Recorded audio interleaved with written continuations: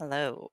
Welcome to a Blades and Blasters one shot set in the Demon Gate setting. I am today's GM, Slip, and we are joined by some veteran B&Bers, Rogue, who will be playing Essos, the priest, and Matt, who will be playing Ewan, the mage. We have with us also two recruits. War Garble, who is going to be playing the Barbarian. Let's see, what Callion, and Kurt is playing Alethea, our demon hunter. So I hope everyone enjoys this, and without any further ado, let's begin. Where are you? Unimportant. The city has nothing to recommend it, or to make it especially memorable, and so we shan't bother naming it. Some of you might be newcomers, still making friends and finding your place. Others, longtime residents, intimately acquainted with every street and market stall. Regardless of status or station, everyone in this city serves. 1 week out of every 2 moons, each citizen fulfills their civic duty as determined by council and city management. It is now your time, and would it appear that you have either drawn the short straw or made someone with influence quite unhappy. You could have been patrolling the King's Highway or manning the watchtowers, but no, no, no. This assignment is met with only groans and grimaces of disgust. Rats. Rats have been everywhere of late. It hasn't escaped anyone's notice, but perhaps you are unaware of just how bad things have gotten. Larders raided, grain spoiled, children frightened. Even a hysterical maid or two has claimed to have been attacked. The city employs a rat catcher to keep the population down, but old Matthias hasn't been spotted for 3 weeks now. But even his absence doesn't explain the explosion of beady-eyed thieves here in town. Still, no one expects you to divine the source of the infestation, only to exert some suppressive effort on the creatures. 5 pennies a rat is what they are paying you as incentive, a silver for the mothers. Of course, that means spending some time in the moist, dark tunnels that rats retreat to in the daylight hours. The sewers.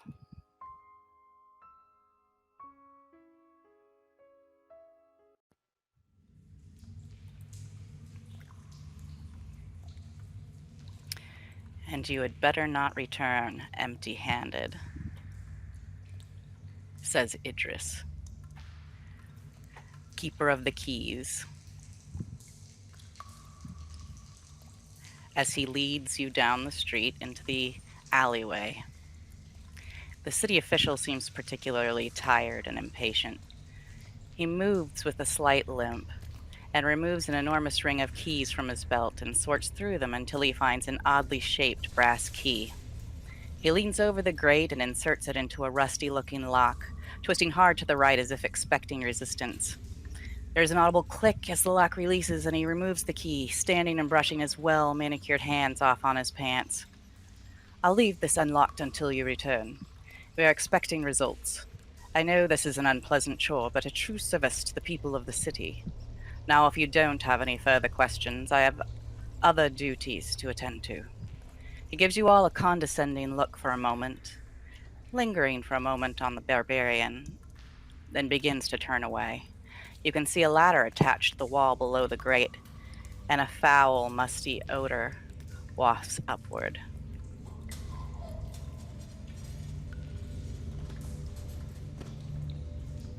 Alrighty. Callion just walks up to the grate, turns, looks at everyone else. Sorry, go ahead. No, go ahead. Just turns, looks at Oh, did you want to do intro to everybody?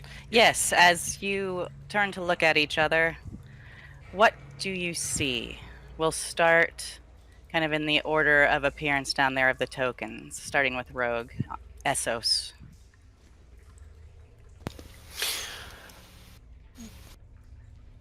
Essos is kind of a darker skinned human. Short, knife-cut hair, usually kept comely to the side. Well-trimmed beard. He's a priest. You might not know of which god. He does hold the symbol around his neck. A strange symbol, though, of kind of in the shape of a V with maybe like an upside-down cross in it. And he wears some dirty robes. Certainly not a rich man, but he's come down here to perhaps make money or to clean up the place. But his eyes do nervously dart to and fro as you guys enter this area, and he's carrying in his hand a mace, spiked mace.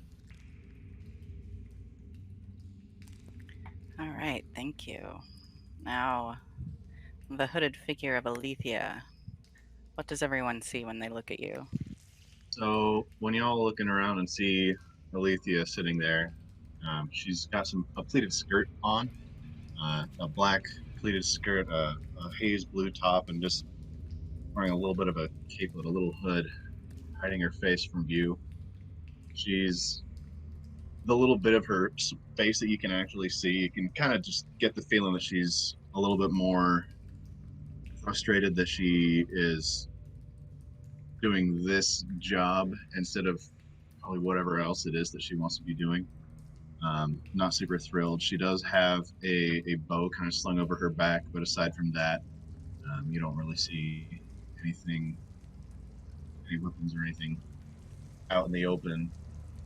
Um, yeah. Oh, thank you. Now let us meet Ewan. Ewan stands amongst the rest, slightly shorter, with mostly red garb over her. She wears a red hood.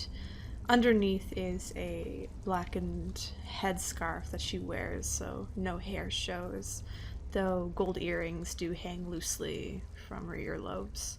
She has slightly almond-shaped eyes with brown, brown coloring, very well trimmed and taken care of eyebrows. Of course, she has a very pointed chin, and though they're around some very damp areas, very displeasing, there's only a slight wrinkle of the nose from Ewan, but otherwise she seems unbothered. Very tightly in her right hand, she grasps staff, making sure almost to hold on to it for dear life. She does use it occasionally to walk around, though she does not walk as though she needs aid. And she stands there looking around at the rest. Thank you. And now the Barbarian Callion. Callion is a huge guy. He's well over 6 feet, long black hair, and a beard that looks better taken care of than the hair in the back of his head. He doesn't have much in the way of gear. He looks like he's wearing something that is stitched together from several tanned hides of particularly dangerous animals, and he has an axe or two, but it looks honestly from the size of his arms like the axe might actually get in the way if it came down to a fight. That he would be just as happy to wrestle things to the ground and beat them. Okay, there is, as he was leading you here, Idris offered to supply lanterns if anyone wanted one. Did anyone take him up on that? And if so, who was holding it? Ewan would, of course, extend a hand, taking one of the lanterns and looking at the rest. I don't know about the rest of you, but I have some trouble seeing in the dark.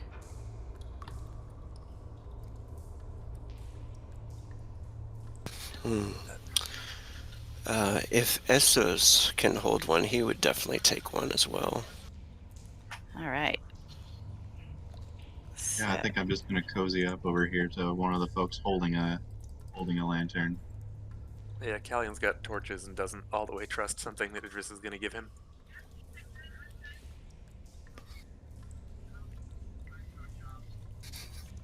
And Essos looks over to the mage as she finishes speaking, and he nods, offers her a smile, kind of relaxes a little bit more with the lantern up by his face and the morning star in his other hand, and he says, "Well, Fairstein, I am Essos of Atiquilus, a servant of the god known to mortals as Garmeth, the god of plague and disease. It's my wish to clean up this city. I suppose I'll start here." Got to make sure the rats are doing the right kind of plague and not the wrong. Makes sense. And what Almost, exactly is almost. the right kind of plague? Well, we've got a pestilence priest.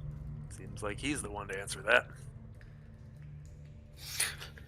I have seen many different types of disease, and the rats bring all many manners of dangerous plagues.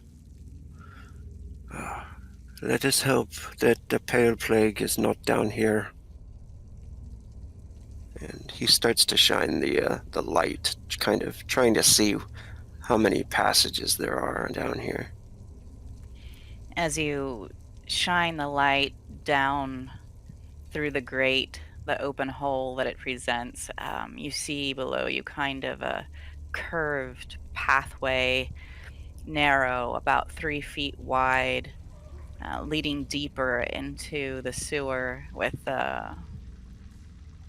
sewer water in between, the two sides of it.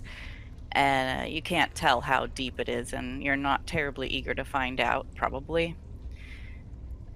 Idris, who had turned to walk away, had paused and turned around again, and he looks back at you all a little impatiently and calls out, "Well, are you going to stand there all day? The rats aren't going to catch themselves." Yes, yes, we will be getting to it right away.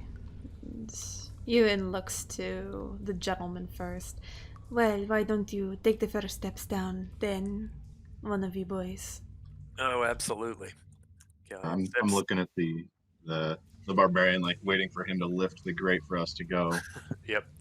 Lights lights the torch. Pulls open the unlocked door and opens up. Takes a few steps in, muttering something about uh, joys of cities. Cities mean sewers. Sewers mean rats and plagues. Here we go. So, to be clear, who has the lanterns? Ewan and Essos, I think. What I thought. Okay. So, one by one, you climb down the slippery ladder.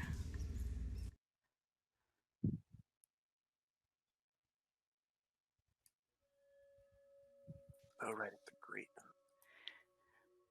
And you end up on this narrow ledge overlooking the dirty sewage a few feet below you. The smell is not good. It's rank beyond belief, and you hope that your noses will adjust and quickly. Um, there's a little bit of light coming in from the top of the grate because it's daytime. Further into the sewer, you can see glimpses of daylight coming in through other sewer drains. But it is relatively dark. You hear the chitter and um, pitter pat of tiny feet scurrying about. There is no doubt that there are rats down here. Can Um, everyone see, by the way? let me see. Yep. Yes. Yeah. I want to ask Essos. So you speak a lot about this plague from your god. Is this a? Can you tell me more about this? The Pale Plague. Yeah, I'm fairly new to this area. This is my first service day. Um, the Pale Plague is all over. It changes people into monsters almost. As they die painfully, they seek to eat the flesh of other mortals. It is a terrible way to die. And my God is not a merciful God. Most of our time, our prayers are spent asking for His mercy.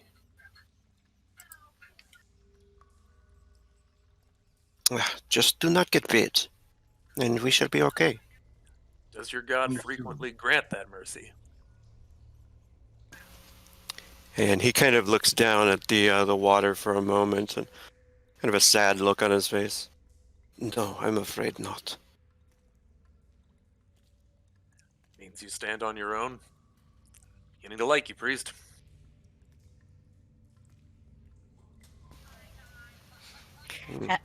As you move further into the dim, dank sewers, you do see rats here and there. It seems peeking around every corner, and then fleeing as your light gets close. So we're the bounty is for the just regular little rats, or are we looking for ROUSs?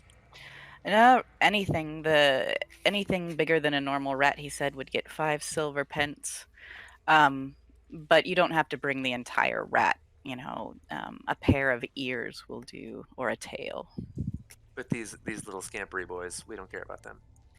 You can try to get one. They would certainly count toward your job.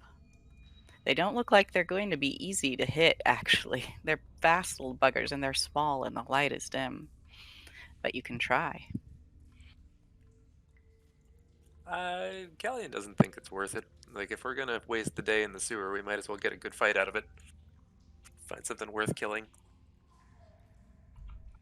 As they're walking within the sewers, and Ewan's head seems to be on a swivel, and she's looking around from place to place, you see she points in a few different directions. As she points far this way and says to the others, "There, I can see slightly some sort of shape in the distance. I do not think it is do not know if it is a rat or not." So when she points out in that direction, I to my fun little deals here. Would I be able to use my sight slip? Oh yeah, Or do you want to turn on an astral sight? I would like to turn on my astral sight. All I don't right. know exactly how that works. Make a perception check. And then everybody else make a perception or observation check. If you have the observation skill, you can roll that instead of perception. It's like advanced perception. So go to your skills and then follow the drop down table. Everyone, actually.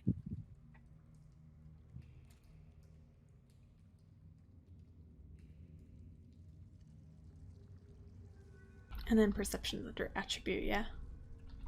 Yep. I'm sorry, yes. Observation's a skill and perception's an attribute. Ah, Gotcha. Thank you.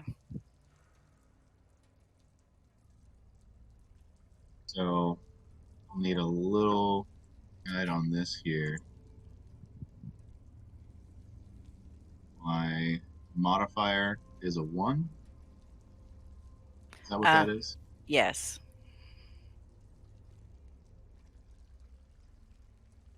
With a astral sight.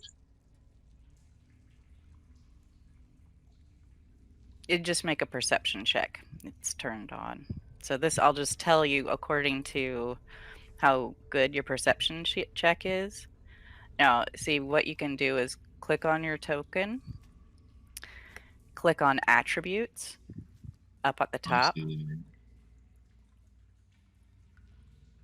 and then you can arrow down to perception. Where's it?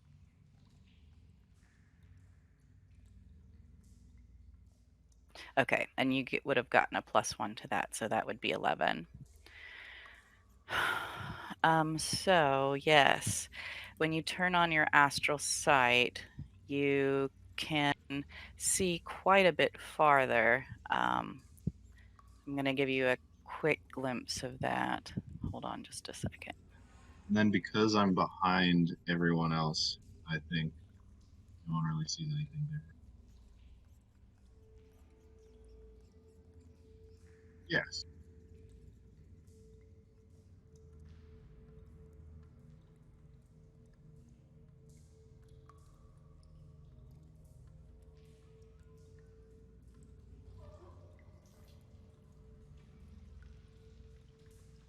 You should be able to see quite a bit farther now, Alethea, using your astral sight. But you're going to have to imagine that the walls, the floors, the water, the mundanity, the mundane things, they're blurry, hazy, not precise. The entire area, even in your astral sight, just has this putrid greenish aura to it, tinged with black here and there. Let me see. Hold on. I want to see exactly how far you can see. Just give me a second. Good.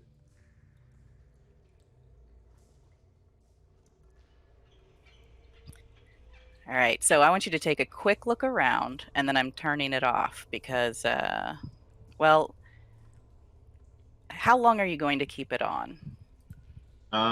Probably until I can identify whatever it is that she was pointing at. Okay. Okay. Then I'll turn it off. All right. So I'm going to turn it off now. You can, if you look down at the south part of the screen, you can probably see what she was pointing at the very edges of your vision. All right. And you can probably catch a glimpse of something over here as well. Yes, I see. Yeah. So I just say, okay, yes, you and I see it too, but not very clearly. You also notice something else, and I'm going to whisper it to you.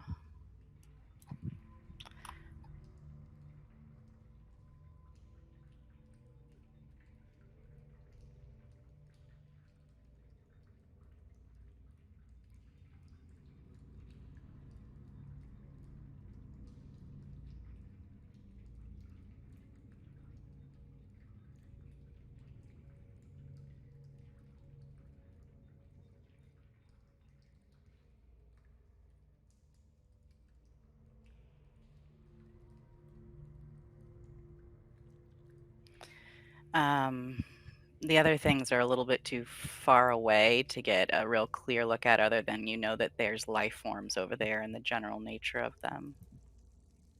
How deep is the river of filth? Do we know? No, you can't really tell. It's dark. Oh, shoot, it didn't, the whisper didn't go through. Hold on.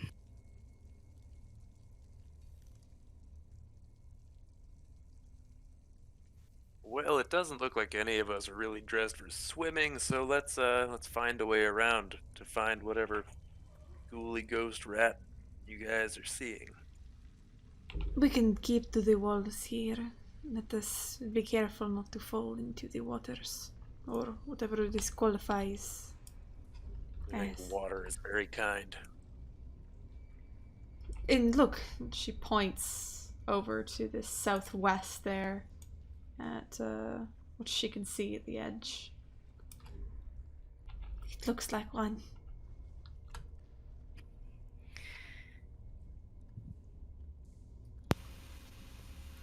Yes, a passage.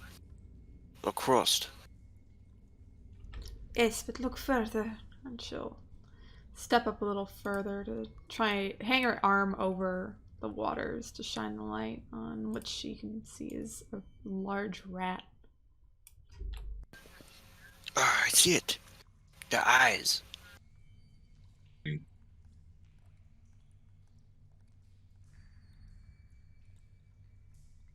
If any of you have any sort of ranged weapons, I would use them now. I was thinking how so looking to pull my bow and use my bow to shoot. Now this would be an attack short bow.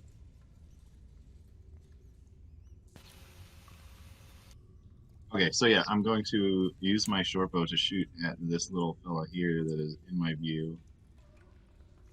Stop me if I'm wrong here. Okay, Modifier let me see how is well you can see from there. okay. Yeah, it's in the shadows over there, so um you're gonna get a -2 to hit it. But Modifier. but you can do that. So click on your token, click attacks, and then find the right attack. Action point. That, Now that you have is quick draw, negative. so it only takes one action to do it. But it's only one action to shoot, isn't it, Rogue? Yeah. Yeah. It- That didn't work. Well, it's a -2. I need a 1, and that's a +1. So I did the modifier -2 already on there. Oh, okay. So it's not a natural fumble. So Okay. yes, you shoot a bow at it. I mean, shoot an arrow at it, and it goes quite wide, and the rat chitters loudly, and then you can hear more chittering as and letting you know that there's not just one. And everybody roll initiative.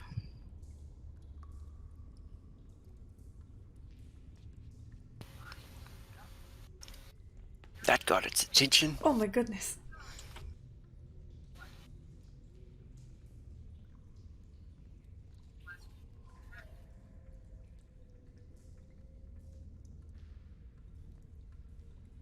Fabulous. Man.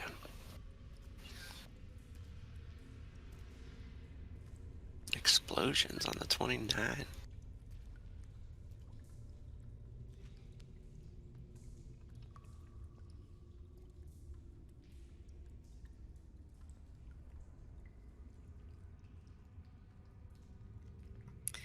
Okie dokie, let's sort these.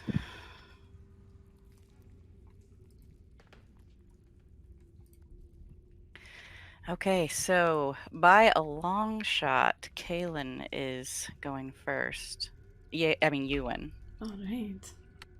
Ewan, she has the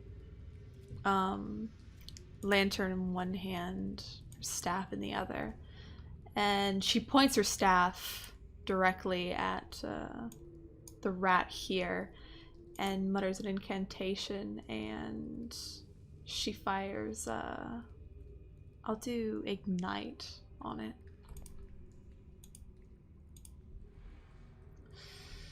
Oh wait, no, it's casting.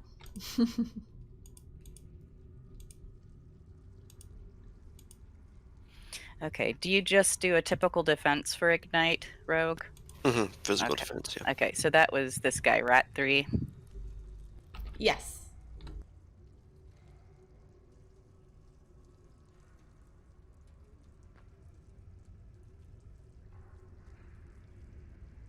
That's a hit. Perfect.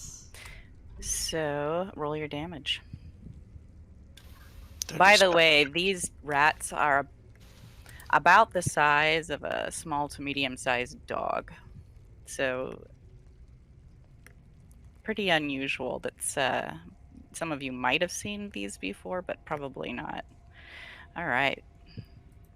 So describe how that looks. So she points her staff at the rat, mutters an incantation, You see, it starts from its little feet and then it spreads to its whiskers and to its head as it just starts to instantly catch on fire from spell. And it's on fire now, isn't it? It takes an additional amount of damage per round, I think. And it's 2d6 times 2. Third round is 3d6 times 3. Okay.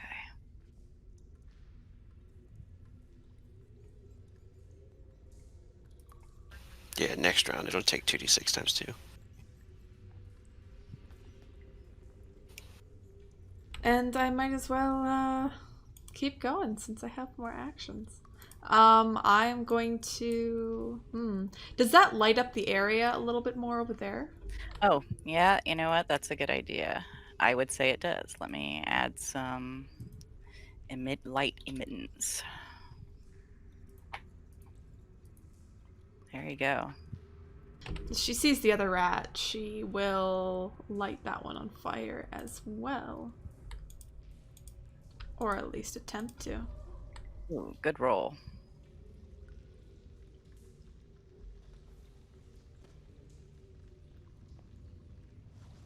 And the rat sees the flame shooting toward it and tries to dodge out of the way, but not fast enough. So roll your damage. 3, but it is on fire.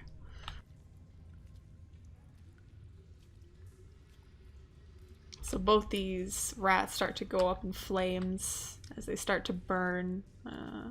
Ewan, she chuckles to herself, a little bit under her breath. And that's the end of her turn. All right. Squealing is in the air, and the smell of burning, putrid hair. Rat 3. He is going to make a will check because he is highly on fire. Yeah, he dives into the water and it puts out the fire, and you can see it kind of swimming and paddling on the surface and the hiss of the fire as it goes out. And so now that one's not on fire, but the other one is.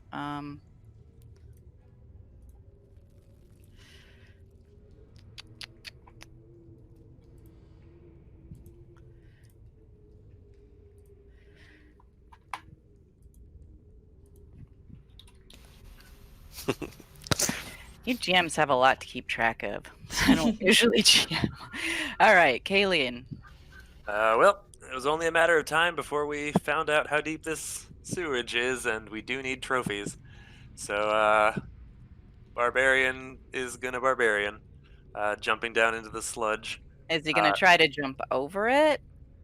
Or is he going to... No, the goal is to get down here to grab Burning Rat and get some trophies off of it, so we have proof that we killed it.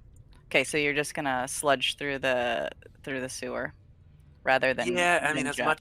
as much of it as I can as a jump, because I imagine the jumping is going to be faster than the swimming. But just tell me what I got to do. Probably it would be faster to try a jump, but if you fail the jump, you'll lose part of a turn. So it would probably be fastest to go to where Ewan is and then jump to here. Let's see how far you can move. You're very fast. If you're charging, you get to add another +1 in addition to you have a movement rate of 5, and that's 10 if you spend your whole round moving. So yeah, you can make it. Let's see, getting to here is just 2 of your movements, and jumping is going to, if you make your jump check, you can make it to here, and then you could potentially make it all the way to the other side, to about right here if you used up all your movement. But Okay. Well, the goal is to end up down in the poo. Oh, you're gonna Um, end up right by that guy. Okay. I'll say you can make it there if you, because you're not even trying to get over here. If you make your jump check, I'll say you can end up here and still have your attacks. awesome. So go to your um, Let's see. uh, Jumping. skills, yeah. And this is gonna be what's your rule of thumb for jumping difficulty, Rogue? That wouldn't be very difficult. Probably a 3 or more. Okay, it's about 7 feet across. No, it's about 7 feet across. So, Oh, is he? I thought he was just jumping in the sludge and then Yeah. going oh over. well, just as far Roll as just jump. distance, yeah, he's gonna have to jump from like here. Okay, yeah, if you're only jumping in the sludge, that's not even a check. I'll just let you get there. Um, so you make it. You're down here by this guy, but um, the sludge is kind of up to your chest area. So it's going to be slow moving in here. And it doesn't really affect your swing, but your follow through is definitely going to be affected. So there's going to be a minus 1d6 on your damage. Okay. Can I just grab it and break its neck instead? Because I've got an Oh, you want unarmed. to use unarmed? Yep, do an unarmed attack. It's a basic unarmed attack, is what that looks like. Mm-hmm. Yay. And that's a good roll. And this guy who is um, flailing around in the water, putting himself out, doesn't have much of a chance. He tries. He kind of sees you splash in next to him and he dives under the water, but you reach out and grab him by the tail and start to exert pressure on his spine. Go ahead and roll your damage for your unarmed.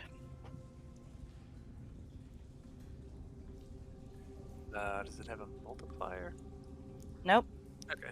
that is enough to kill it. So describe what that's like, what I that looks like.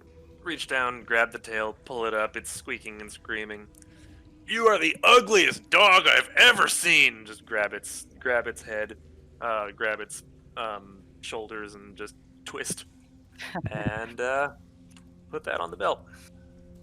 With a little squeal, and then it goes silent. All right. There's something in this game called Frenzy, which can give you extra actions, but you've pretty much moved yourself to the limit of your movement, so that's not an option this time. But if you ever want an extra attack, you guys can tell me, and you can spend Frenzy to do that. Okay, All that right. feels like a good full turn. Now, here come the reinforcements.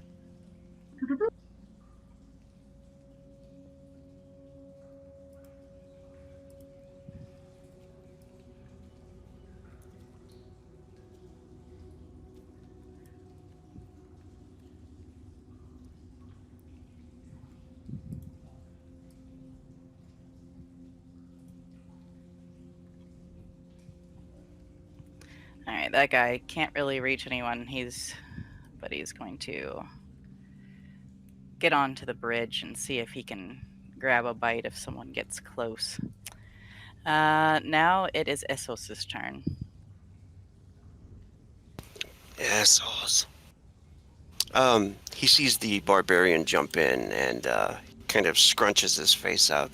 Ah, that one has no fear. And he starts to back up over here. Let's see. Move to there. He's going to move to here and just go on full defense with his. He's just standing there with his lantern and his mace, kind of getting ready, and just full defense for him, and he's finished.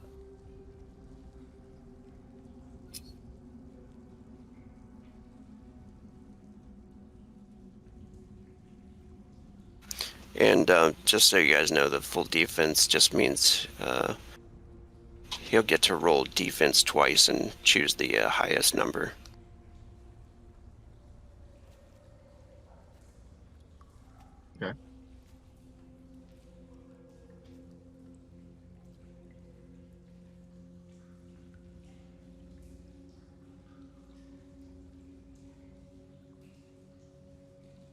That guy moves up there.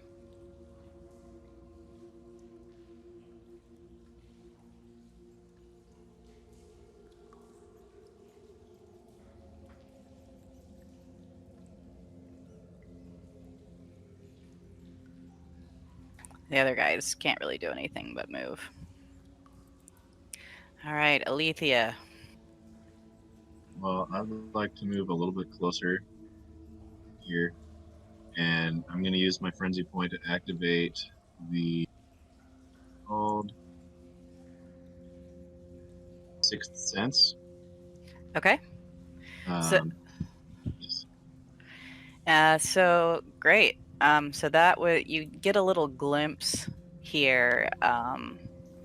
It's like you see the next few moments playing out in front of you, and when you come out of it, you almost feel like you know what everybody's going to do before they do it, and this allows you to get a bonus on your ranged attack roll.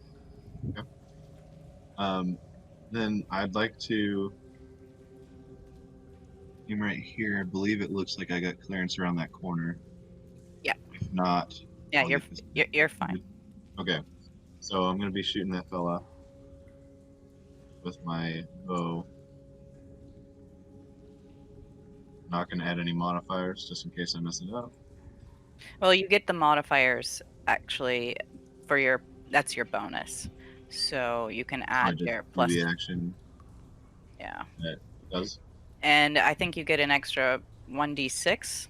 So roll /R space 1d6, and that'll be your perception bonus. Oh, great. So that's a total of 18. And this guy doesn't even see it coming. So go ahead and roll your damage.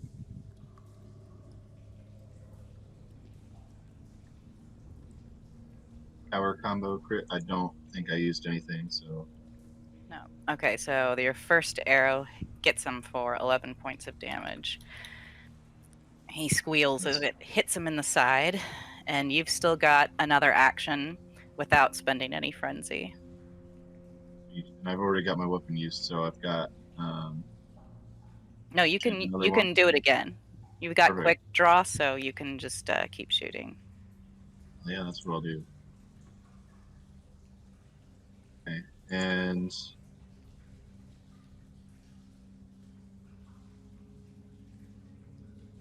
All right, and that gets the +6, so that's a 25. fire. Where was that just like 2 minutes ago? She's on fire. All right, go. Well, I might as well try to defend. It could happen.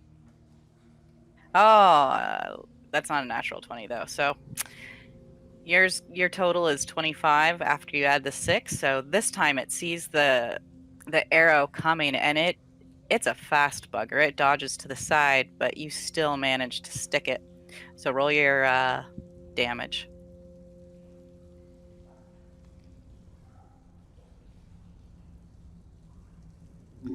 Ooh, 23. All right, so describe how that looks this round of combat. Essentially, It's dead. Oh, okay. The first arrow goes right into the broadside of the rat as it's running up across the bridge, and knock the second arrow and pull it back almost immediately.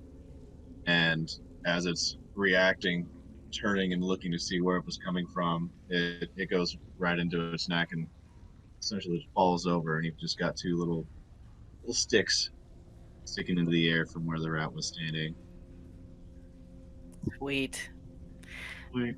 All right, you could attack again if you spent another frenzy, but that's up to you. I think that what I will do, I can move around. Yeah, you can still do your movement. Okay, I'm gonna move around you, and I don't know how to turn on my movement number, so I'm gonna stay right there. All right. Yeah, there's a little measuring stick on the left side, but that's fine. That's only a few feet. That's definitely within your movement. And now it's Ewan's turn. You get to roll the damage for Rat 2 first. correct? It's 2d6 because it's on Yes. fire.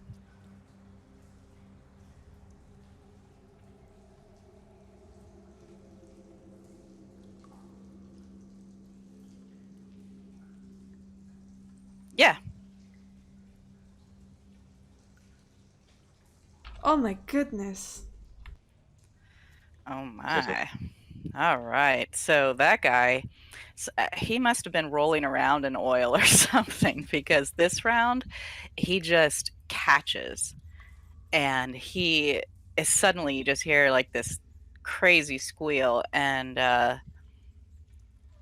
it's like he goes up like he was in a microwave, he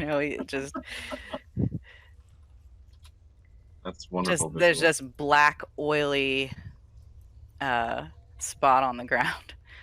So that guy is gone. But you still get to have your actions. And as Ewan sees this, she says, "Ah, ha ha, yes, yes." And she looks over to the other rats that are there and starts to light them on fire as well.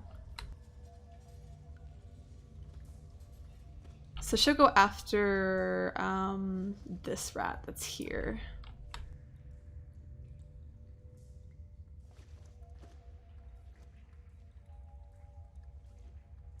Ah, it's an 8.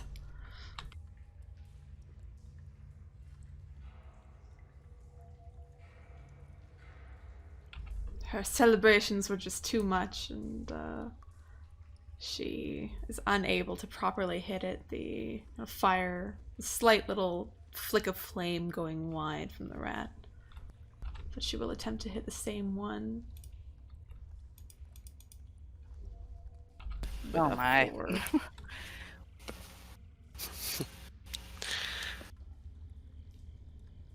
Right, this time it's caught on. It's seen too many of its friends go up in flame and it focused on you. Do you have battle chant? I do. So I used it last round, and I'll use Okay. it again. So that's all she'll do. She'll curse under her breath and frown deeply as she was unable to catch a simple rat on fire.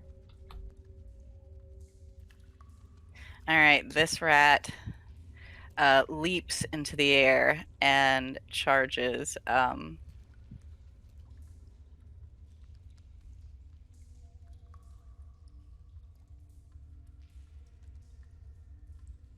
Callion. Come So here, you beautiful bastard. it is going to attack you.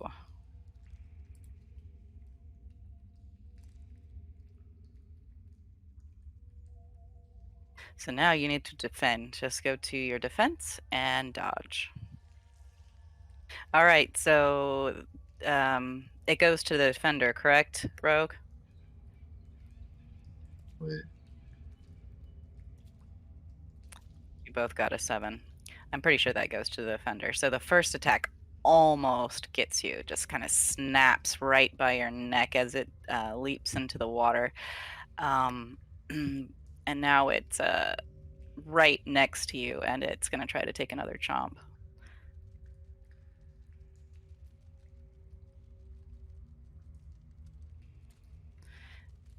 Ooh. Good. This time, it gets you.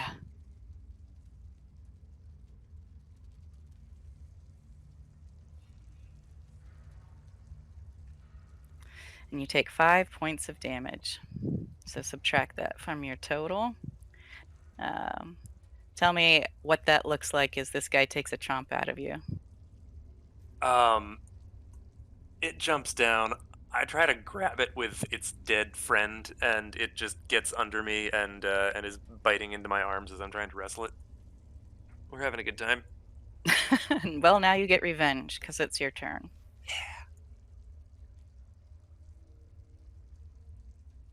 Nice.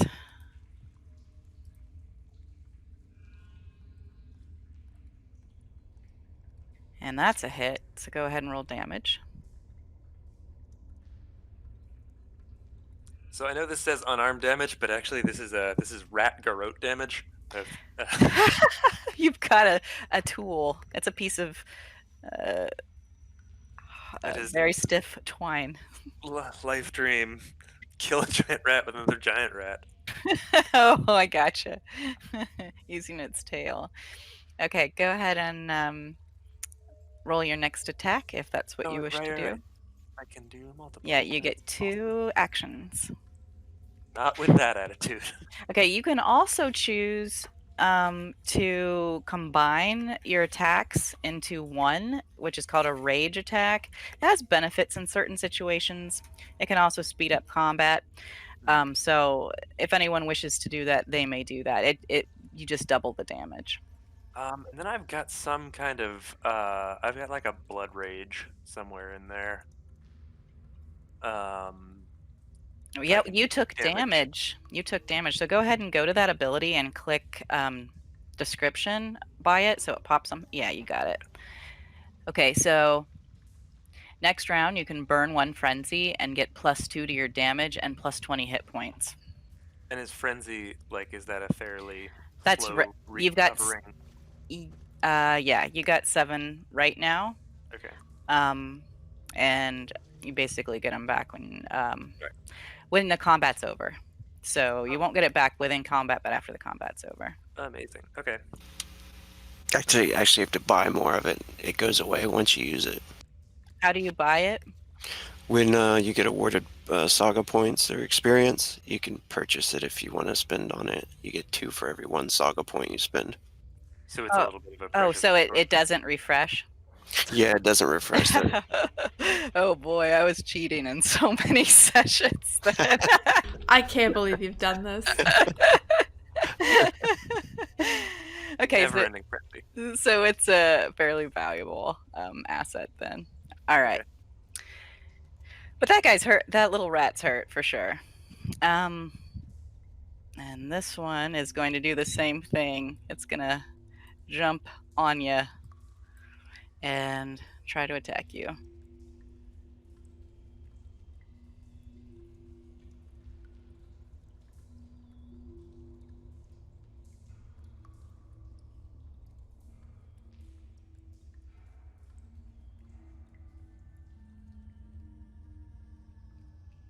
Oof. Now you got to defend. Perfect. You get another bite. 4 points. Okay. And soak total armor rating. Does my Oh yes, absolutely. What's your soak? 10. Oh, sorry. I've got total armor rating 10, and then I don't see a total soak somewhere. Well, that's your armor rating is your soak, so neither of these did damage to you. So you can give yourself back your hit points. Soak just is they have to do more damage than your soak Cool. to get hit. Yep. It's your armor has to get past your armor. He's got a lot because he's a barbarian guy. Now this guy fumbled his attack, so just for funsies, we'll do the fumble. It's hard to fumble your teeth, but he managed it.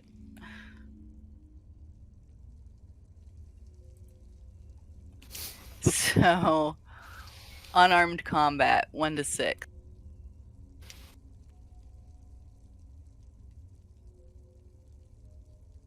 And that is...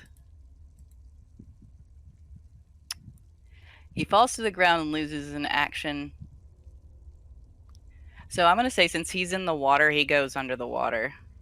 Like he goes for you and it can't get a hold. And instead, he just kind of bonks his head on the side of the wall and starts kind of sinking. All right. Issos. All right. He was getting prepared, like, standing there with his mace ready, and then I believe the mage dusted that one in front of him. Yep. So he's gritting his teeth, getting ready for that one to charge, and then he sees her blast that one out of the way, and kind of a surprised look on his face. Now he starts to head down the passageway. So he sees the barbarian getting swarmed. The barbarian's just cackling maniacally. He's having a great time. Yeah, they are kind of biting him and just falling off of him. far can you get? I'll move there. That's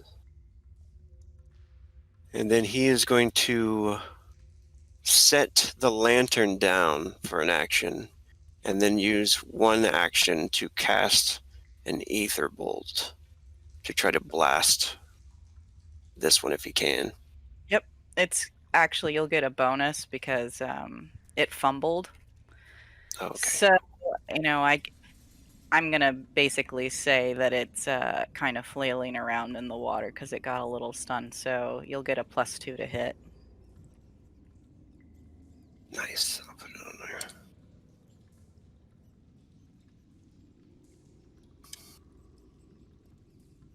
10. Okay.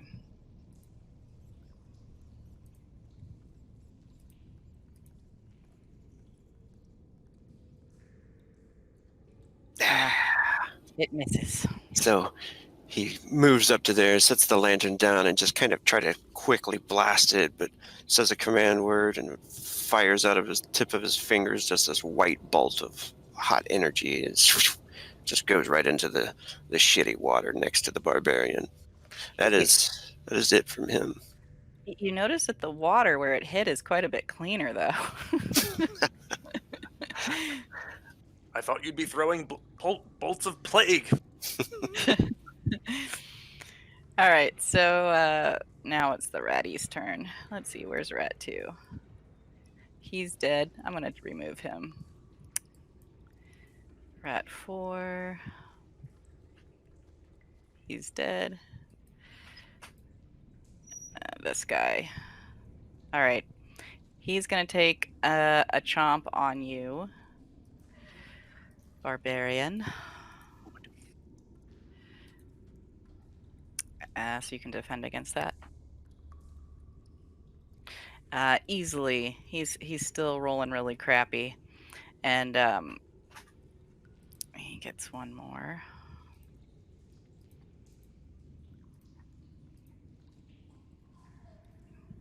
All right, he hits you this time, but let's see if he actually manages to damage you.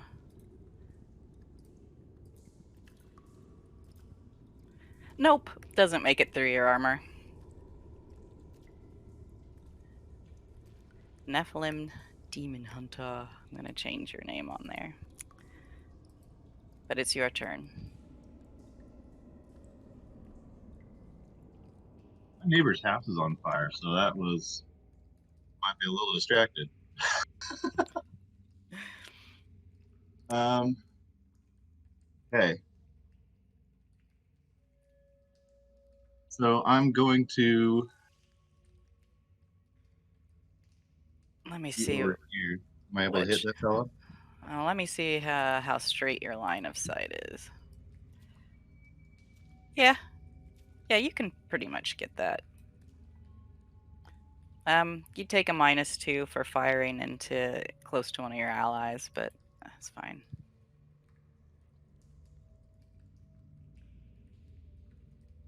It's kind of whizzing by his face. Let's go ahead and do your attack, and for modifier, put -2.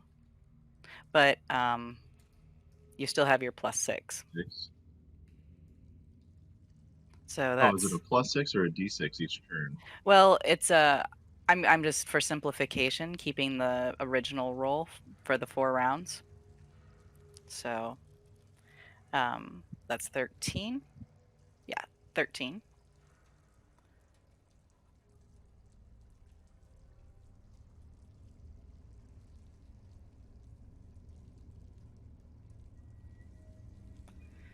And that's a hit because you've got a 13. It's not actually a 7. And go ahead and roll your damage.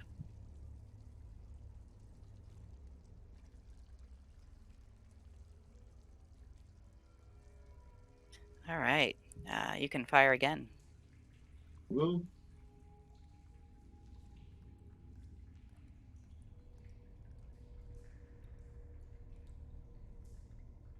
-2.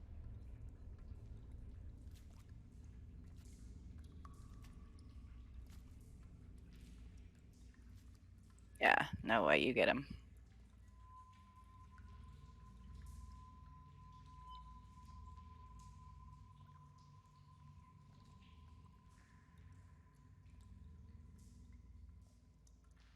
one action to aim. Oh, okay, so instead of having 2 attacks, just use that to get the bonus to the next hit. Yeah, you can do that. Okay.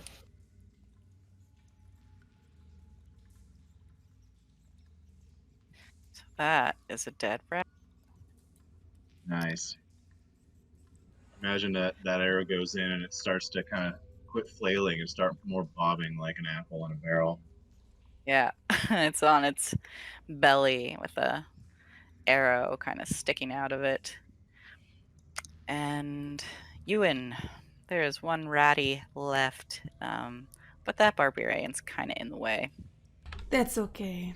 She will step to the side. We're at 4. She should have a decent aim on it now, yes? Mm-hmm. Alright, so she'll again aim her staff in the direction, muttering an incantation and attempt to ignite it.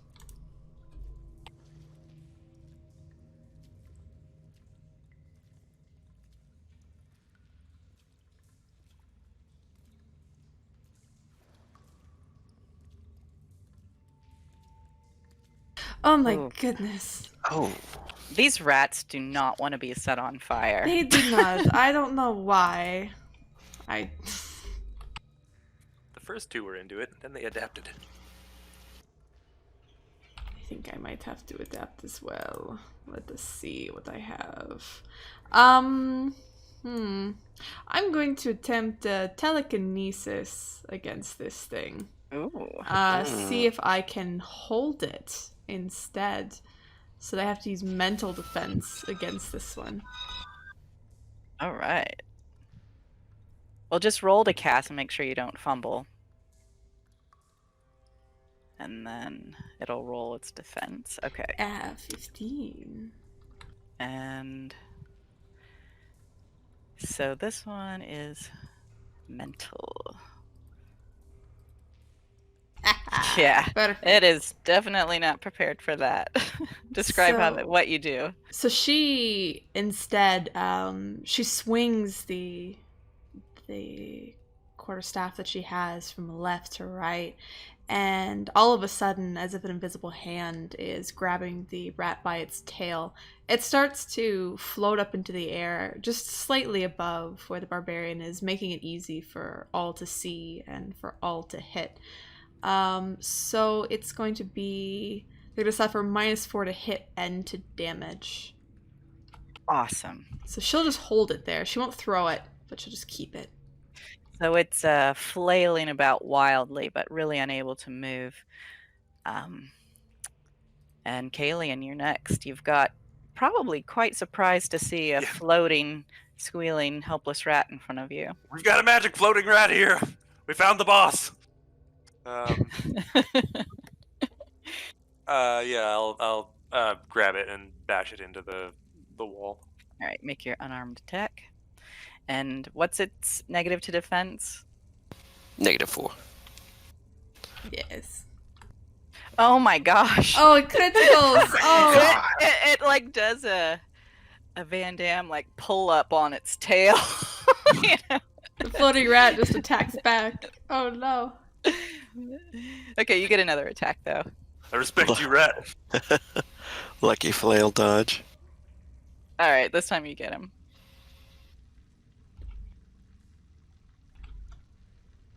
Damn. All right, this guy is in really bad shape. He's just kind of thrashing much more weakly.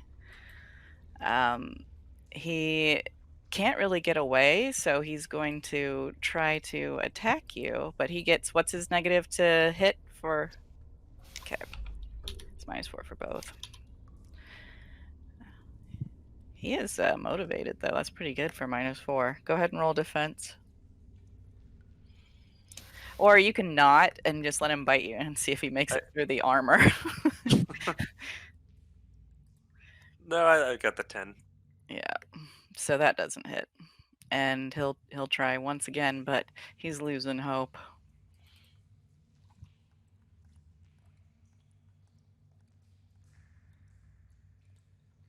Oh, Ratty. No, Oh, no. Rattykins.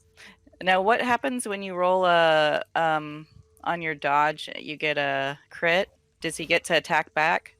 Yeah, if he does a crit defense, he gets an instant riposte attack back. Yep. So this guy attacks you, and if you hover over that, you can see you rolled a nat 20. You can, Oh, that's a nat 20. and then you rolled a crit attack. Nice. Boss Rat, I love you, and you're going to be my new headpiece. So, we're not gonna go through all the tables for critting because this guy's got 3 hit points left. Just tell me what you do to it. I momentarily put down its lesser brethren, grab it, and just rip its top jaw off and put it onto my shoulder pad because it is a totem of honor. It's a good rat. You've got rat gore oozing into your pauldrons, but a big old smile on your face. I feel like hygiene is not the biggest priority here. Yeah, turn back to Ewan. Did you make that thing float? Yes, I did. That was badass. Well, thank you very much. Are you bit anywhere? Are you wounded? No, I mean, unless you've got another of the purifying bolt that can clean off my pants, I'm good to go. Here, catch. Starts throwing rat corpses up. You see S as he backs up as it splatters on the floor, and he's like,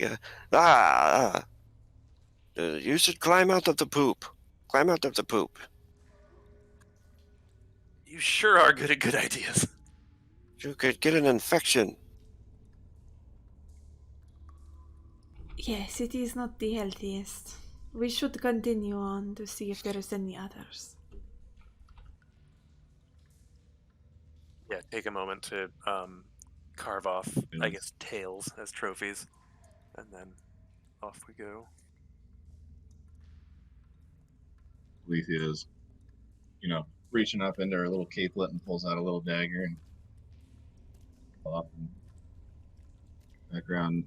Before, when we first walked in, kind of hanging out with Ewan, but now a little more closely to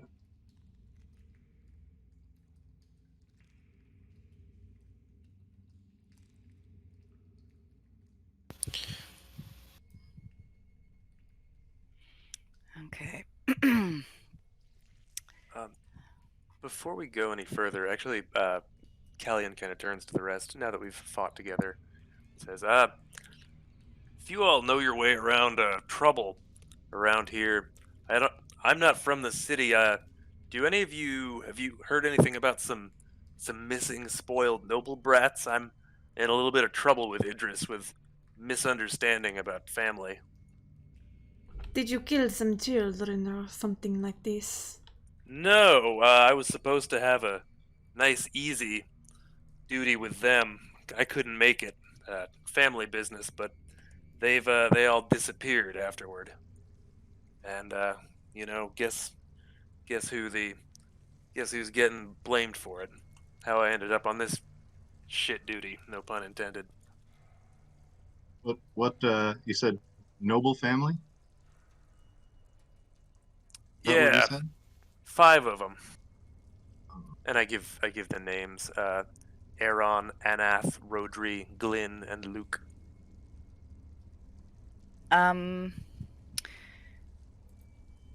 Ewan, you're the only one who's been in town long enough that you would recognize those names, so why don't you make an intelligence check? Yeah. Essos kind of shakes his head and... I'm sorry, I have only been here for a month. Yes, Ewan, you recognize the names. They're, children of noblemen, but they're not children, between 17 and 19. They're kind of notorious around town for being full of themselves and usually up to something, but fairly harmless. Yeah, Ewan would look to Alethea and comment. These ones that you say, they are not children, they are but adults. You'd never know it to hang around them, but yes, they were my friends too. I do know of them. I know of the family. I've not talked to them myself, of course. It's not my station, but it is disappointing to hear that they are missing. Well, thought I'd ask. I guess it's rude of me to assume that all city folk know each other. Let's find some more rats. When we came down here, did you say that we were looking for a Matthias? Well, you know, Idris told you that he's been missing. Like, no one's seen him for about 3 weeks. Um, and, that might be part of the reason why the rat populations got out of control. But, I mean, maybe he went on vacation. Who knows? Maybe he got sick. But um, it was just mentioned in passing. But he was like the city's contracted professional rat catcher. Yeah, that's kind of putting too much of a glamour into it. But Oh, yes, he was Henrik, the screw city rat catcher. And when I ran into that person, that was on the third day of my coming here. Hmm. Okay. Okay, cool. Well, while we're kind of standing with, since I'm closer to Essos here, I so have you noticed anything off about this spellcaster? Oh, is he kind of whispering this to me, Mage, yeah, yeah, or she? yes. Um. No, You know, you hadn't noticed anything. okay. Yeah, Issa's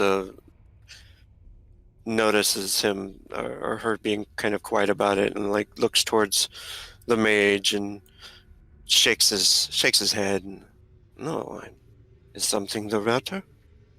I was just curious if your god was maybe speaking to you about any particular people. Oh no. Um, sad to say, he does not speak to me very often. Uh, Well, but I speak to him every night. He doesn't always listen. has he told you anything about how he feels about you coming in and stopping this plague, Uh, or is that another uh, thing he's been silent about? um, actually, he has never talked to me. Never once. Maybe in my dreams.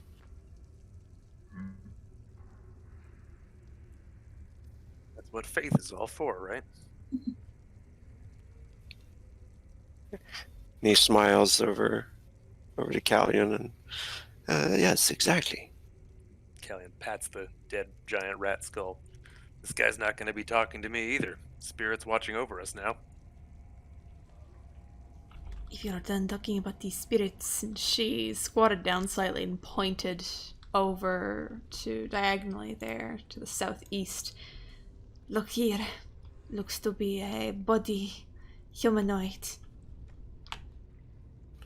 Oh no. Hmm. How do we Ah, get there? We should go back around and attempt to see closer, but be careful. I've heard of rats digging into corpses into their stomachs and festering there and exploding out. Be careful. Is there any way you could float us over there the way you floated that rat? You're too heavy. You could try to jump. It's a jump difficulty of about 5. Thought about it. I'm not sure others could do it. I guess I can go bring the body back, maybe. Yeah, what's the worst that could happen? I land back in the sludge. Sure. while he's going across, I notice to Ewan. I notice you seem to know quite a bit about these rats. Uh, that didn't work. Make a dex check. So go to your At least the attributes. nature of these rats. Well, a rat is a rat is a rat. Have you not dealt with them before? Have you not been in the city for long? Only been here a few weeks. Never seen anything quite like this, but certainly experience for sure. As Callion jumps in, you see Ewan kind of reflexively put her arms up towards her face so she doesn't get splashed. And lowers them and looks back over to the other woman, Alethea. It's not that they study rats, it is what they assume. If you'd like, I can light the corpse on fire and see if I can smoke them out in case there's any festering inside. Well, you should probably tell Callion that before he grabs it, if that's a concern of yours. You want to light it. Part of Callion's problem is that he doesn't have a torch, and it's quite dim over there for him. But he'll be able to see somewhat when he gets over there. She looks over. Callion, would you like me to light the corpse on fire? Just in case. I don't need you to, but if you like lighting things on fire, I imagine you know what, you follow your own path on this one. No, wait. Do not light it on fire. Here, take my lantern. I'm just gonna drop it in the sledge. And I think I want both hands for climbing because this is slick and it's beaten me twice already. I'll go in the dim light. Can I try another climb? You can climb out. I can't find Essos. Where's Essos? He's right behind, like literally right behind Ewan. He's covered by numbers. Oh, gotcha. Okay. So you climb up and you approach the body. Even in the dim light, you can tell that it's a adult male human, dead, stinking. It looks chewed as you kneel down and look at it. Why don't you go ahead and make a perception roll?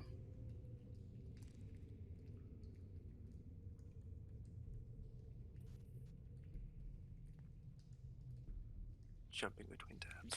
All right. Actually, Ewan, I want you to make a perception roll too.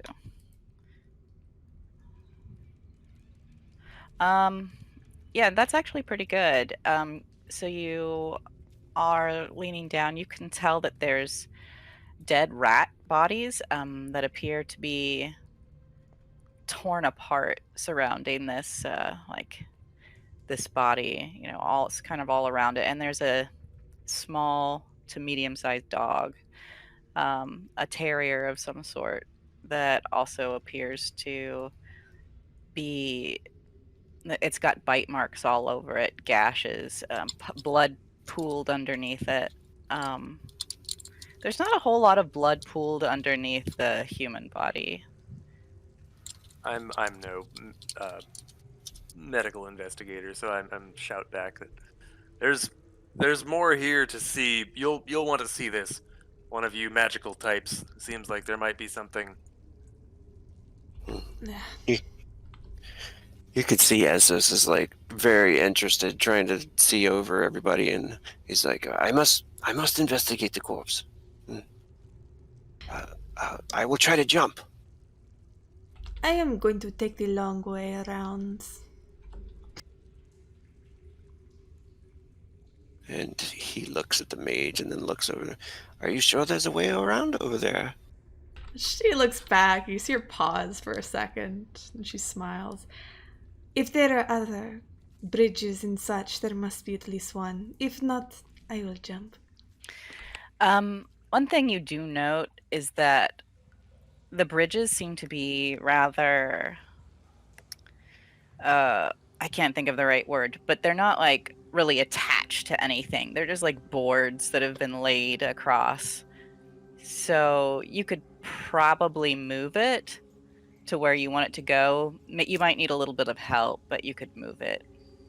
While you guys are both walking away, would either of you want to give Callion a toss a torch over towards him, or I've got a couple.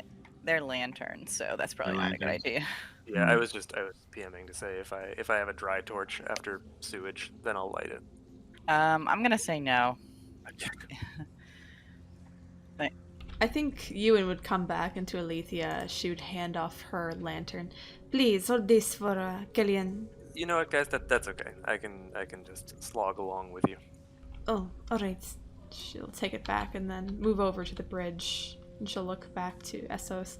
Shall we attempt? Yes. Of course.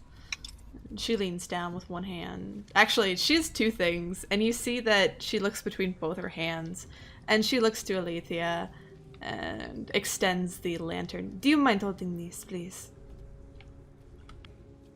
Of course, of course. She gives her off the lantern, and then she'll help with Essos to. I think we're gonna pick this up and move it over. Where are you gonna put it? She'll suggest moving it back to where they were, that little corner, and putting it over here. Okay. You managed to do it without too much problem. Excellent. And Ewan moves across, and then she points. See, I told you. Another one. Oh. And you notice Essos is kind of looking at the body intently now as she speaks to him, and kind of a sad look of maybe recollection on his face. Yeah, you're worried about what you're gonna find, and once you do get close enough, your fears are confirmed. Essos, you recognize the body. And You also recognize the dog near him. Is it John Wick's dog?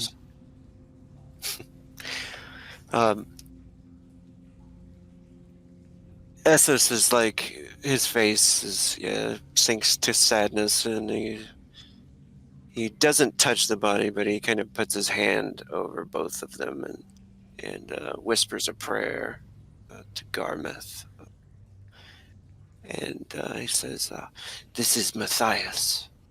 He was the rat catcher, I suppose. I just healed his dog not too long ago."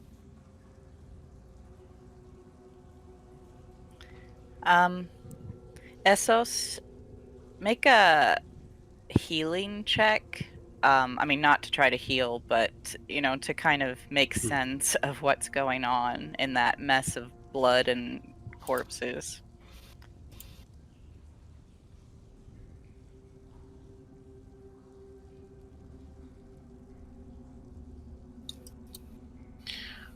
I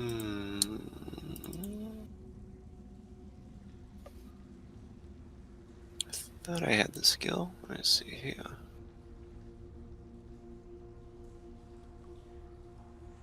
Yep, I do.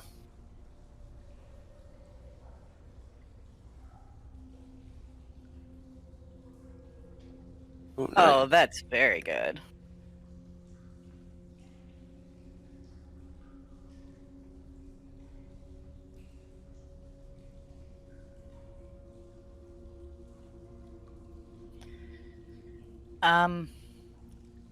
So with that roll, I'm going to tell you everything about this body.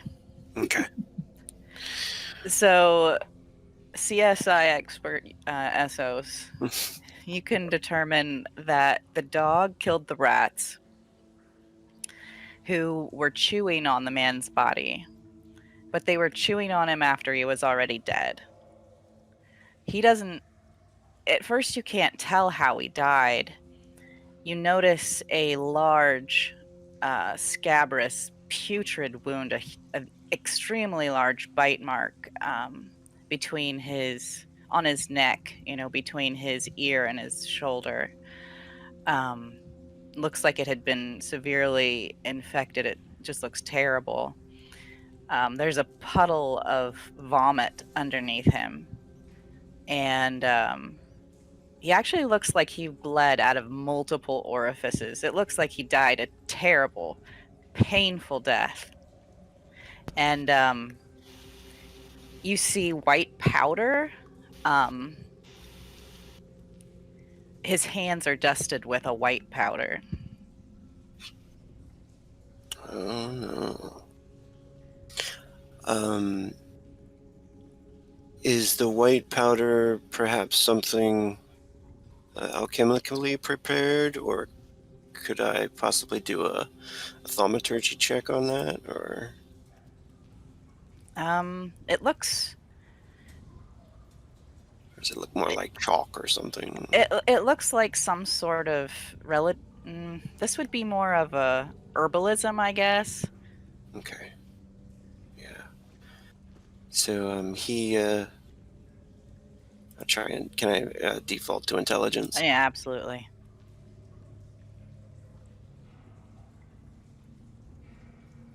Oh. Wow, you really are CSI. SOS today. Taking what you know about him being a rat catcher, and the nature of his death from kind of bleeding out, you think he ingested rat poison. And that's what the white powder is. Oh. Damn. So Essos will kind of look shocked, and at first he says, "Do not touch the body. What do you see? This could be some kind of disease." And then he says, "This something bit his neck. He seems to have ingested some kind of poison. Maybe the poison he was using to kill the rats." I don't know if this is a barbarian train of thought, but somebody probably has the idea that he knew he was dying, and so he put the poison in himself to kill the rats that would come for his body.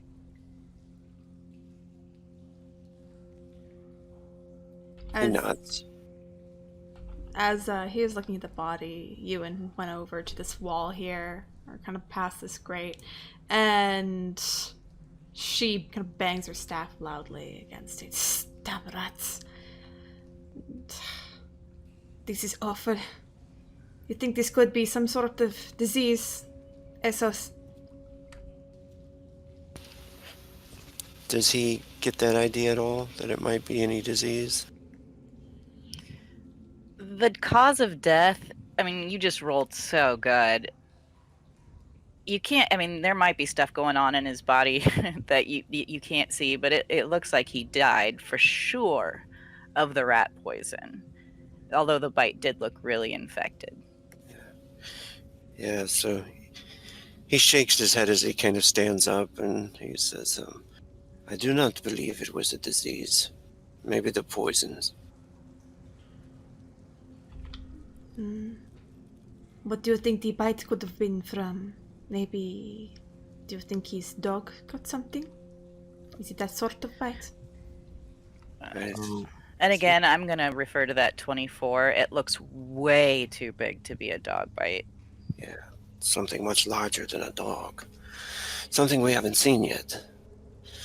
So I think that I've seen somewhere in my character sheet something about creature lore.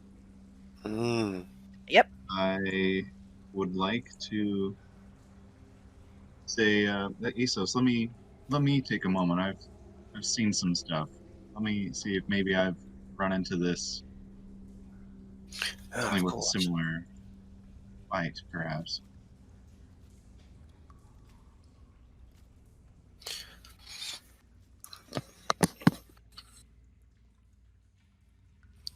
Oh, nice. That's very good.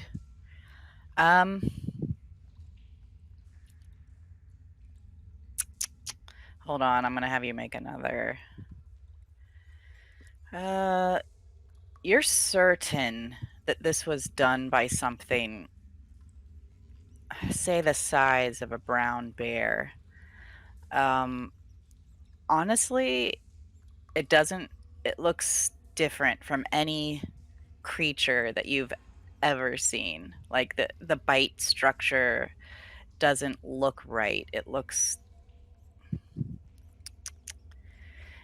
like the same as if it were a rat bite, but even more enormous than like the giant rats. Would I be able to use that roll for my other lore skill, or should I roll for that? No, you gotta roll for that too.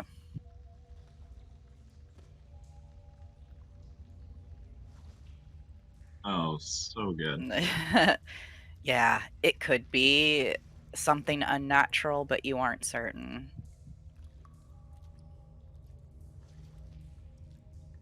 Well, I've been all over the place. I've been everywhere, man. But I'm not familiar with this bite. You don't think giant rats, maybe?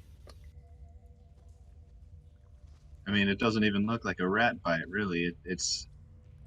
I would at least recognize tooth pattern here, but I don't. Uh, you are a hunter of. Sorts, yes. Yeah, I spent a lot of time.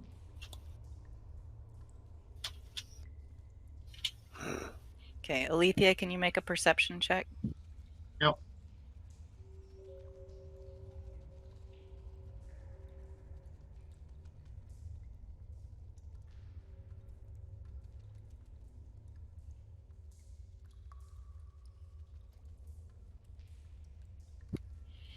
Yeah.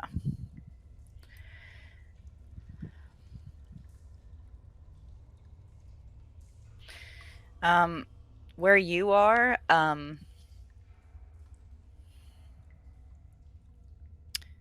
Callion, you're standing in front of a grate. It looks like one of the grates you've kind of seen here and there where water goes in and out. There's no water. There's a lot of broken rubble actually um, kind of surrounding it.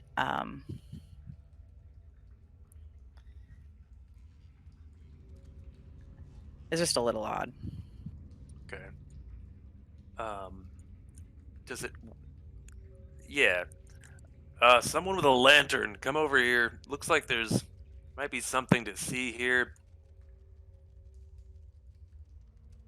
Is by a little bit better light, does it look like there's anything inside? Um, as you hold the lantern up, you can see that this grate actually is on hinges. That's not normal. Like normally these things are just set, kind of welded into the stone or set into the stone, but this one is attached like a door, Neat.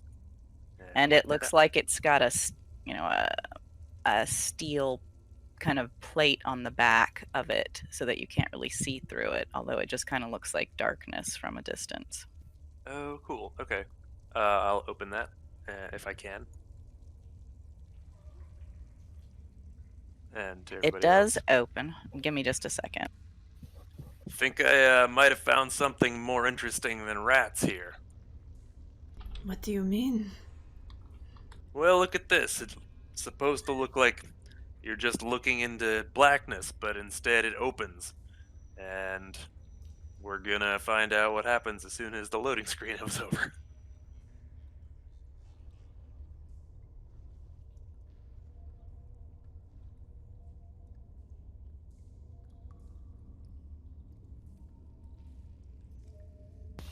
There it Ah, is. the passageway. You go first. Happy to. All right, I want you to stop right there. You know, me and my excellent barbarian eyes.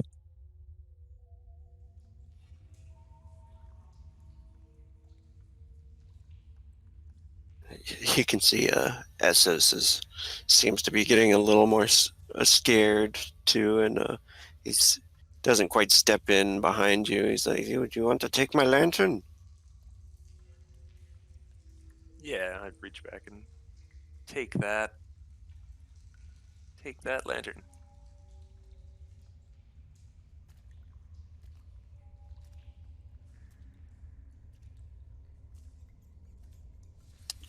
I'll turn my torch off on my macro there. If you have a little fire button up Oh, there, yeah. you can turn it on. Let's see. There we go.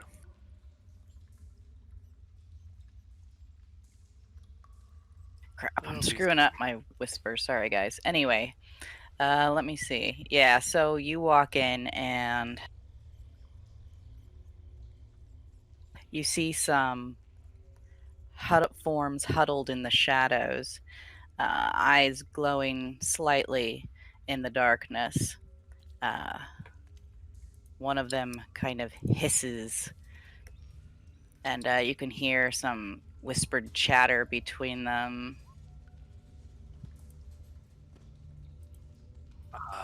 Yep. I'm gonna step back out and tell that to everybody. There's some creatures in there, glowing eyes, whispering, chattering. If you You know, why don't you roll a perception check?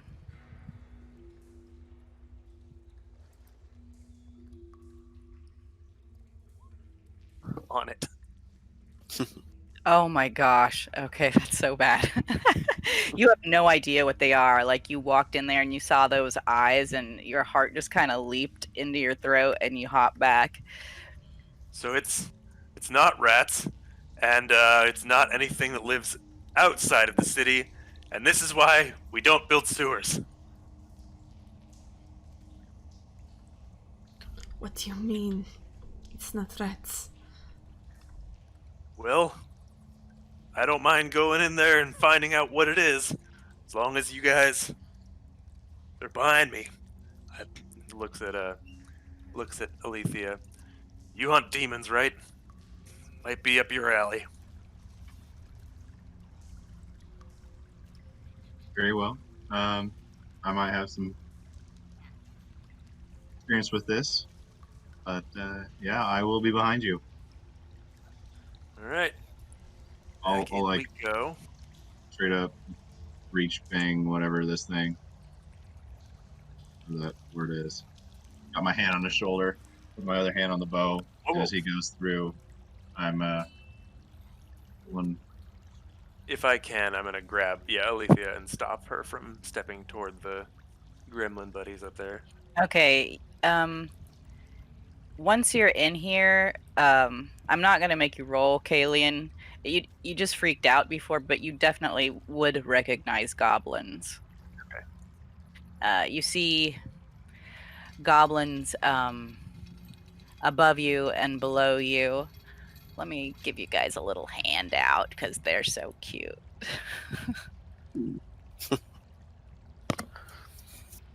Mm. One of them is female. She strangely holds a skull at her side. She seems to be the leader. She barks a command at the others, um, and they attend to her. The others all bear bows and have them aimed in your direction. Wait, hold on. Um, okay, in Goblin, I point at her skull, point at the giant rat skull that is still bleeding on my shoulder, and say, nice totem. Wait. We don't need to kill each other. You say that in Goblin? Yeah. Okay. Diplomacy defaults to charisma, right? Yeah. Okay. Hold on. I need to make a roll for this little gal.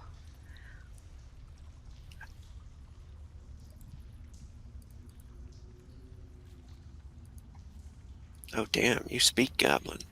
That didn't work for some reason. Dang it.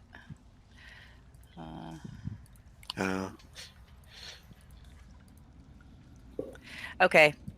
This one says something else, which Callion you recognize as Goblin for hold on, there's something familiar. And she kind of creeps forward and she looks at you, Callion, and she says, "You speak?" I'm not from the city. I spent a winter with your people. I think. Do She I know you? she comes forward and starts sniffing you. Ah, yes, I think I remember. I was very young then. I think you were very young. Mm. She looks over at Alethea, points. I don't like that one. She is very ugly. She narrows her eyes. Well, hold on. I'm sure she doesn't like you and thinks that you're ugly too, but can't we just take being ugly as a compliment? I obviously don't know what they're saying, so never mind. I translate everything except the ugly part and say that we're trying not to kill each other. Gotcha. Also, is kind of sweating because diplomacy is a lot harder than bashing rat skulls into walls. So okay. Um, I'm kind of just putting my bow back on my. I'm assuming I said bow, so I'm putting my bow back up on my shoulder, um, hand on your back, hand on your back, and just showing my other hand. If you're Um, trying to get us not killed. as Ewan enters, the goblin backs up a little bit and says, "How many are you?" And then she starts sniffing the air again, turning toward Ewan this time. Ewan makes it's very subtle, but she makes kind of wide eyes at the goblin speaking and clutches tighter onto her staff.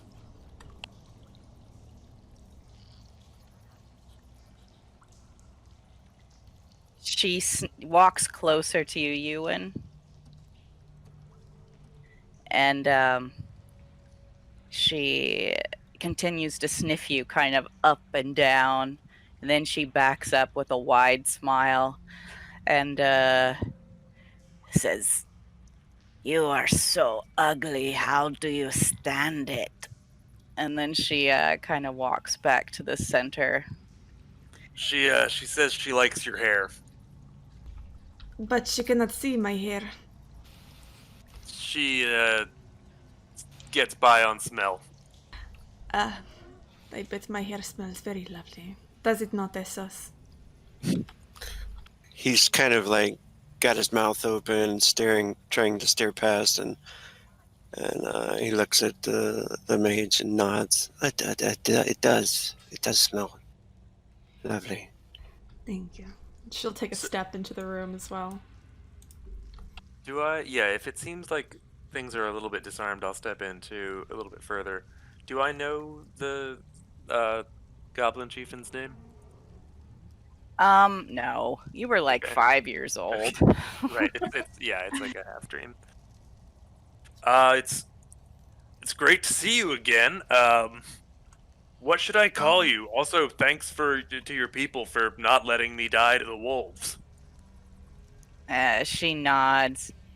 Yes, you old beetle clan, life debt. Remember this. And then she kind of turns to the others and speaks broken Terran. What do here?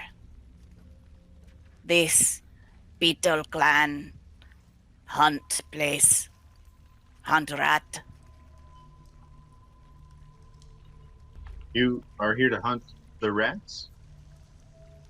Hunt for food. Have she seems to be hunting for the words. Matthias. He. And she kind of holds out her hand like she's shaking someone's hand. He's dead out there. Yes. Yes, see this. She kind of lowers her eyes from it Sad. Matthias, not so ugly for big. He smelled better then. And then she points to the Essos. Essos healed his dog, Matthias's dog. They were friends. She turns to Essos. You friend Matthias. Yeah, Essos is like right in the middle too of whispering something to you, and he's like, two seem like they know each other. And then when she regards him, he looks over. I understood what they said there. Yeah, she's speaking Terran at the moment. I'm happy to play translator too, so that we can have a party conversation. Yeah, mean, she's speaking broken Terran. If there's confusion, she'll probably turn to you to have you translate. it's a translation through 10 charisma, but Right. He hears the word friend and noticed that she was pointing out to the body. Yes, friend. He died bad. It and she kind of gestures to her mouth. Rat kill. Where is You this saw it. rat? She looks at you and again holds her hand to her ear like she didn't understand what you said, because I didn't. Where is this rat? The large one that you say beat Matthias? And she puts two fingers on her own neck, on the neck. She thinks for a minute and says in Goblin, demon. Ewan looks down at the goblin and looks up to Callion. What did she say? she said demon, I think. It's not a word I'm not 100% sure. Could be something big and scary. I think demon means exactly what the word means. A demon. She nods at your words and she looks at you carefully. Ewan seems to be thinking. While she's thinking, she sort of starts to walk around the room. You see this? And you begin to notice that this place, even in the dim light, you can see the walls glittering and bouncing off of the floor and ceiling. There's glass mosaics that have been inlaid on the side and the back. And the whole place seems pretty tidy. A large rug on one end. Matthias, do this. We trade. One moon. One moon we here. One moon pass, we come back. Find Matthias dead. She says, wound. You look with eyes of the spirit. See. And she kind of makes some arcane gestures with her hands. See infection. And she says that word in Goblin. Body sick. Bridge to demon sick. Body sick, bridge to demon sick. Well, thankfully we've got a healer and a holy man. This is a demon. Somewhere, have not seen. But he has eyes. Rats, little rats, see for him. I see in their eyes, his eyes. Uh, Well, we are here to kill rats. So, She good. she looks at the rest of you and says, Matthias, friend, but he is still not clan. We will leave. Come back when safe to hunt, but do you find demon? Kill demon? We will kill this demon. We will make sure it is gone so you can return. But be careful when you do come back, for there are those up there who will not accept you and not be as kind as Matthias, but you know this. do you have water? And he looks over for the barbarian to translate water to drink. I trade you. She understands and she nods. She says, but I have better. Ah. She starts digging around in her bag and she shakes her head like she can't find something. And then you hear her call, Lolo! And this one comes scurrying over, and you notice he's got kind of an odd contraption on his back and little containers on a belt. He's just kind of covered all over in a manner where you think he shouldn't be able to hold all of it. And she mutters to him in Goblin, Callion, you understand her say, "Find me the demon knot." And he rummages through and then picks up a sack and then hands it to her. And she holds it up and says, humans, demons like humans. Like where there are humans are demons. So when come to humans, bring this. And she holds it up. This makes strong against demons. Keep demons out. Sometimes can make a demon leave body. I understand. Ewan nods. And That sounds incredible. How much of this demon water do you have? Is not water. She looks irritated. You so ugly. I don't disagree. Is she opens it up and she kind of pulls out a little bit, and you see it's like a yellowish powder. And she kind of takes a little bit and she puts it near her nose and she sniffs like this. I'm gonna walk over to the powder to kind of examine it. Sure. This is something that you could identify with herbalism. Yeah. Or an intelligence roll, I guess. Or alchemy. Yeah. And that one has like vials, you said, on his back? Yep. Yeah, so Essos looks at the powder too, but he also points to the vials and counts like 5 on his fingers. I trade you for the vials. 5. What trade?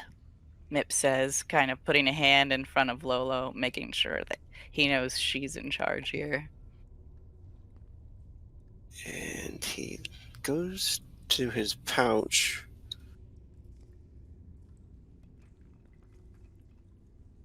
Let's see here. If he doesn't have any coin.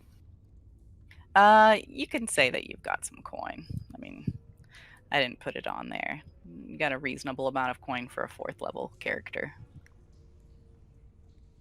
Yeah, he'll take some coin out and offer maybe maybe a gold if he has it. Um, Mip takes the gold coin, kind of bites it. Mm, this this bayou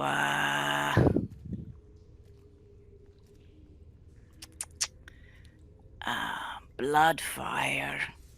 It help rat bite or and she reaches for his belt and yanks off a jar, and she kind of opens it, and you can see that there's like a salve inside. She says, "This is it's greenish yellow, and it looks kind of slimy. Seeing slime. I put on eyes. Good seeing dark. Matthias he like."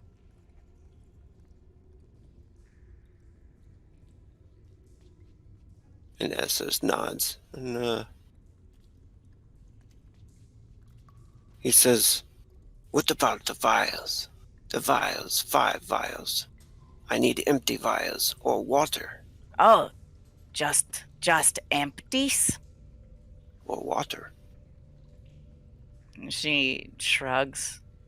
Crazy humans, and starts yanking off some vials. She'll hand it to him and pocket the coin. I'm gonna ask Callion if to translate. Like, are you giving us this powder to take care of the demon problem? Like, ask him to translate for me. Yeah, translate Y- anything. yeah, she nods and she just kind of holds it out. She actually holds it out to you, and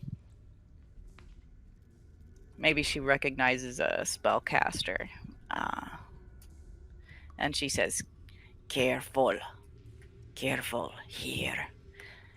Uh, Kill demon need this, but can't blame for leave." Of course. We will make sure the demon is dead. Not worry.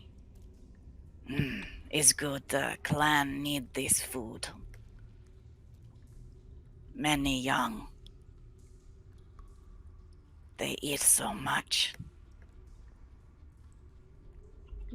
Ewan looks to her and she looks as though she's going to say something, bites her tongue, nods, taking the vials. Thank you. She looks you and up and down and kind of shakes her head, and then she just kind of laughs from it. So ugly. And then releases the sack of yellow powder into your hand. She says, "Good for 5." All right. And it's like an actual sack. It's not just powder in her hands, right? No, yeah, it's a sack of powder.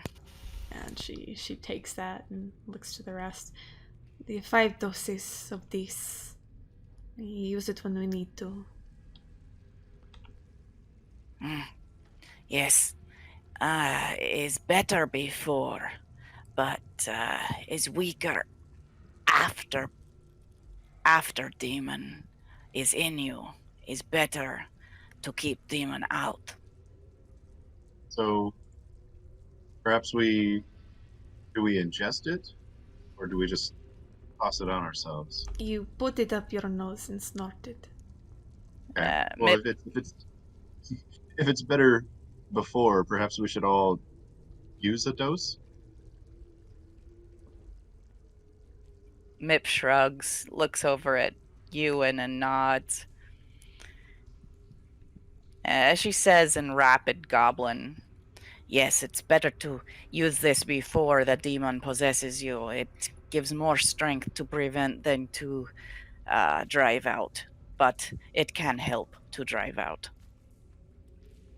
And how long do we have it being prevented from getting in once we've snorted the stuff? She says, she looks at you, opens her mouth like she just does not know the word in Terran, and she says in Goblin, an hour or 2 or 3.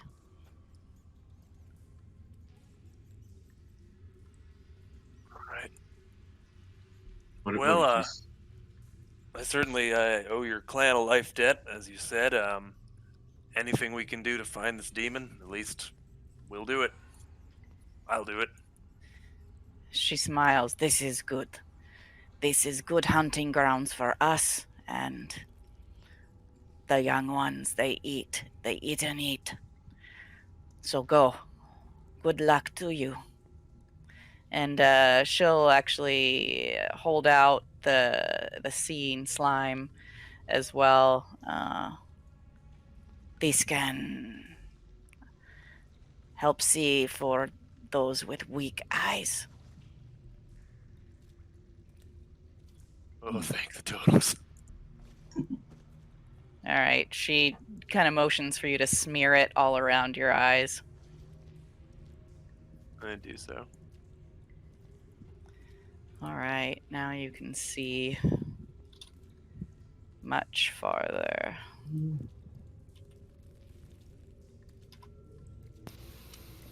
Without a lantern.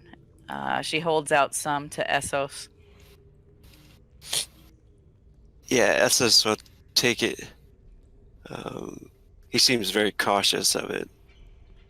You can see Callion, where he smeared it, it starts out as yellow and really slimy, but as it seeps into his skin, it turns bright purple.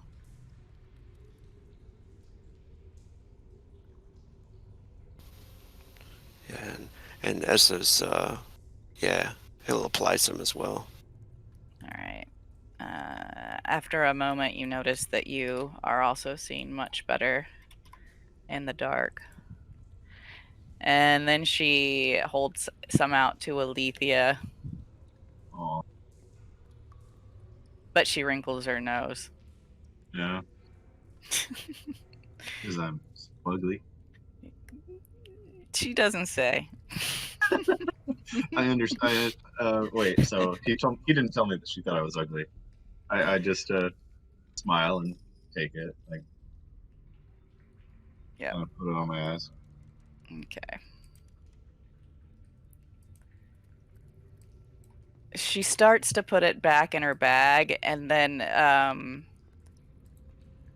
she checks herself, and then she holds it out. Oh, yes, you do. To Ewan. Of course. Ewan stoops down, taking it and looking to the others and kind of doing the same, rubbing on her eyes. Ah, this works. I can see better.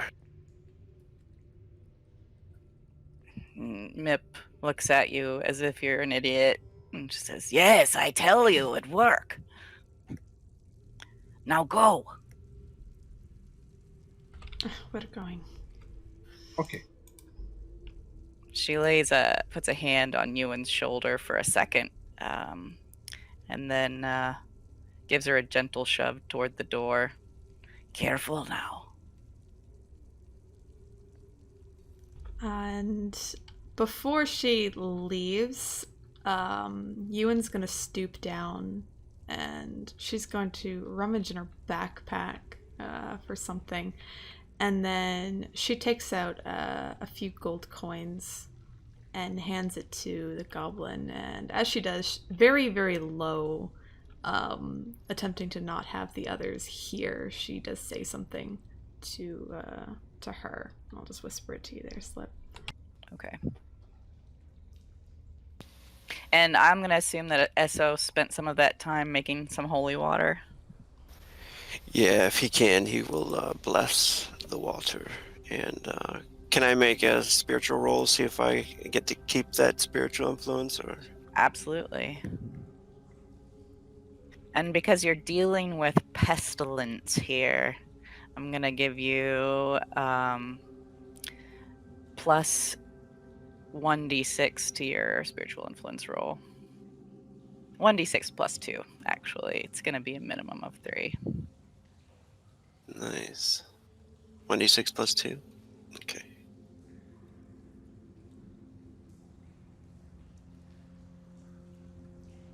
So I'll roll that first, actually. D6. Does it explode?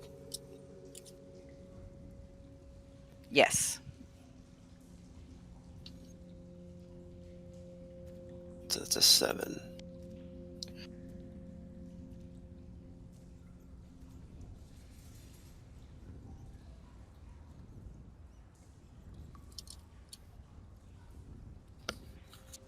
Ooh. No. No. Damn. Okay. Spiritual drops to 11. All right, but you got yourself some holy water. Yeah, 5 holy waters. He's going to pass one out to everybody at least, so. Thank you. Ewan will take it and stand back up. He says it is holy water. To demons, it's supposed to burn them and cause great pain, so I have never fought one, so I don't know. But let us be quick about finding it here. If we take this powder now, we will be prepared. Yes?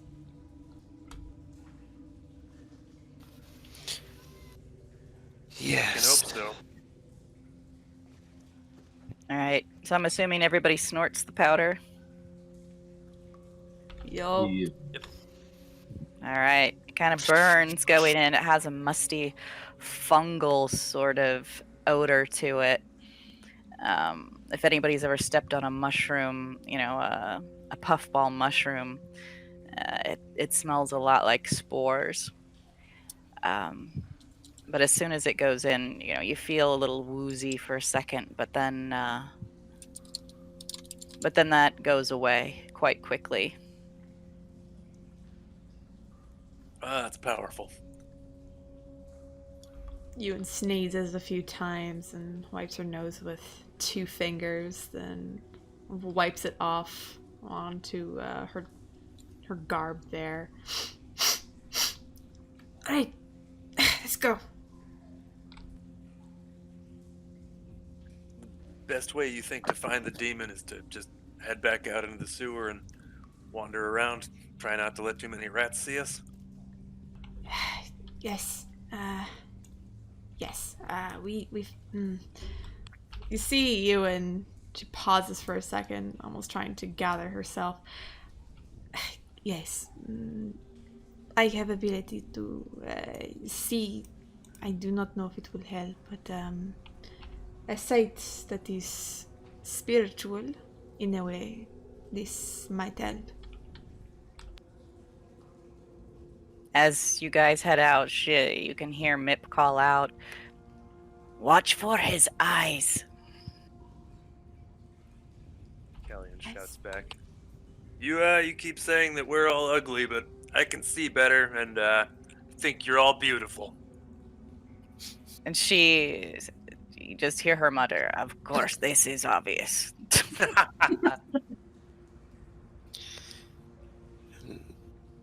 Esses still hasn't taken the powder yet. He's kind of like watching everybody. And he comes up next to Ewan as they're walking, and what did you say back there to the goblin? I thought that you underpaid her for what she gave you, so I wanted to make sure I gave her more compensation. Ah, that is very nice. There is never a need to, even with goblins, to kick the mother down. I need to make sure, even though they do not live in cities, to be adequately paid, if need be. And if you can see the demons better, do you want to lead, or just tell me before I stumble into something's mouth? I will tell you, I would rather not take the lead. Well, then we both get to be happy. Yes, yes. While we're in the back here, I'd like to ask Essos a little bit about the emblem that he's carrying, the V with the upside down cross. The kind of things his god does. What does your god do with your totem? Through your totem. He says, "This is just a symbol of Garmeth. He is...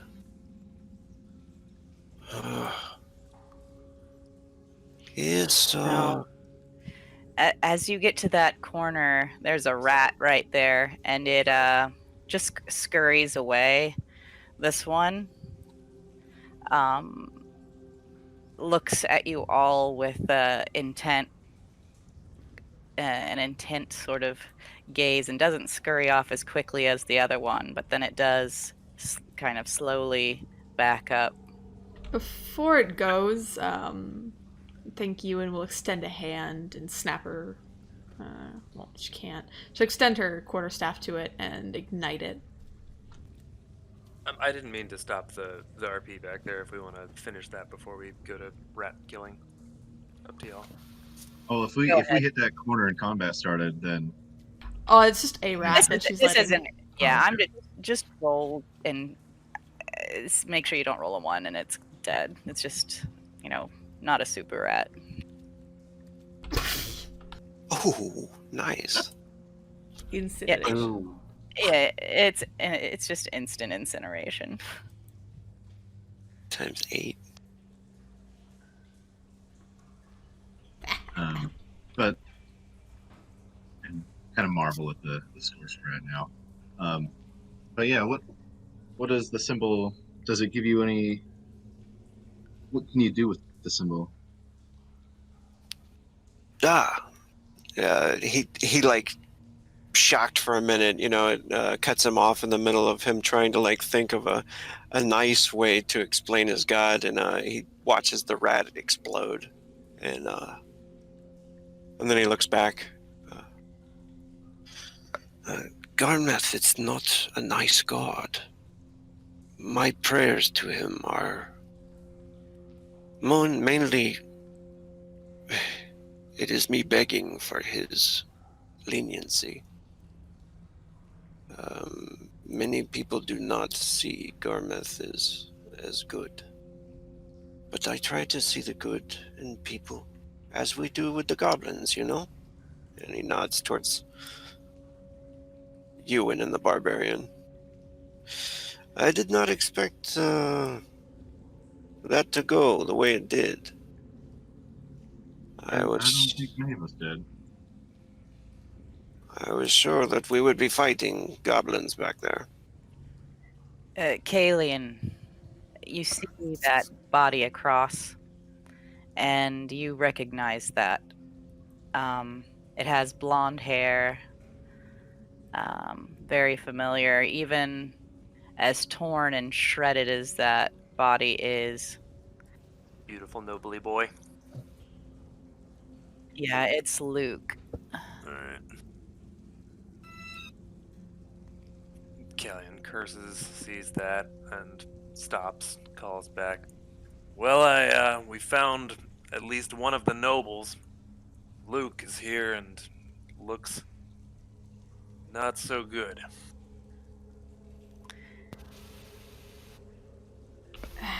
That is not good at all. But and she points ahead. There, you see? In darkness.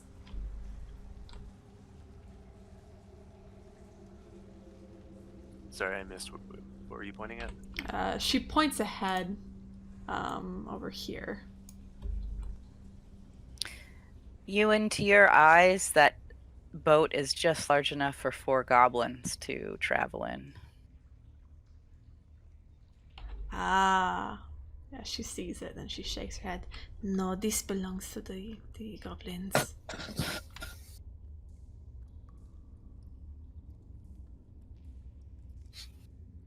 I'm trying to decide how Callion feels about looting the body of friends. Probably not so good. I think we should go back this way. She'll point backwards towards the other two. I do think we loop around here. If you go back, we might find it, yes? Yeah. Before we do, I think I'd like to make just a quick jump across, grab some kind of identifying piece from Luke, so I can take that back to his family. Sure. We'll just Yeah. hand wave that. You go over to him and you find near him, um, he's got clutched in his hand, and his hand is appears burned almost to the bone. But clutched in that hand is a dagger that you recognize. It was like a birthday present. It was had a really finely engraved silver hilt and a silver blade. You know, more a showpiece That's than a perfect. great weapon. But you almost have to pry it out of his hand because it's stuck to melted, charred flesh. And it's just his hand that's burned. Yes. Okay. I'll pass that along to our demonologists. You also notice that I mean, he's ripped to shreds, but he's also got an infected bite wound on his body. Share all that.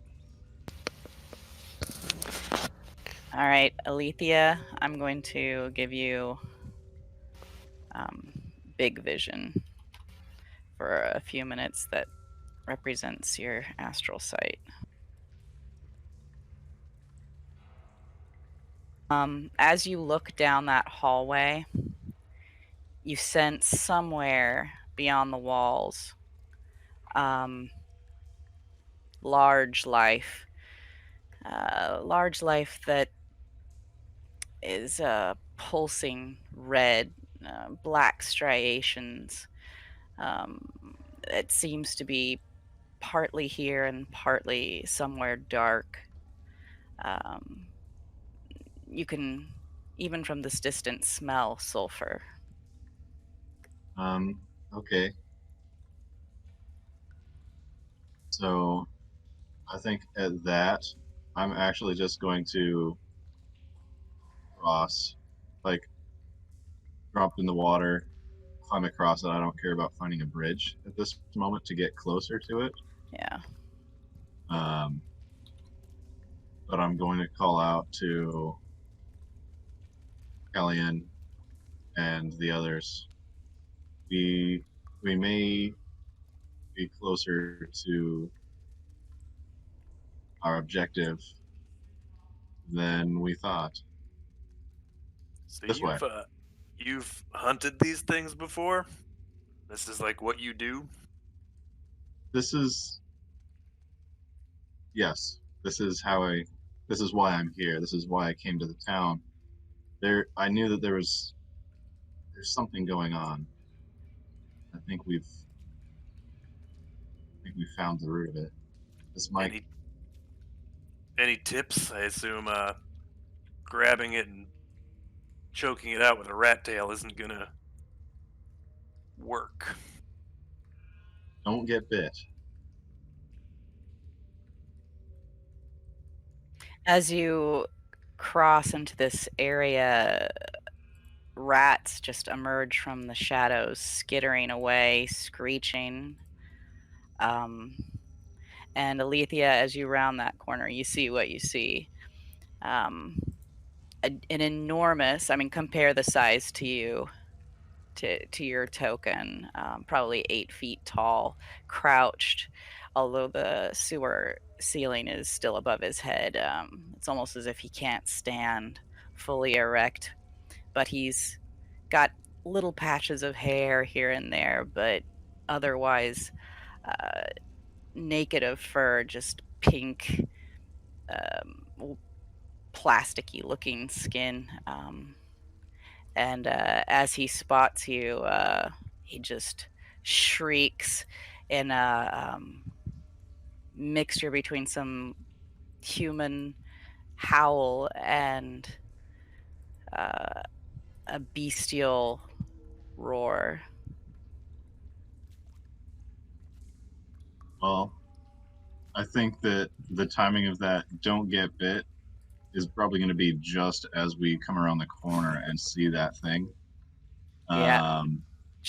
Don't get bit. Roar. And then you hear the roar. And let's roll initiative. Did we each get one of those 5 vials of holy water? Yes. Yeah.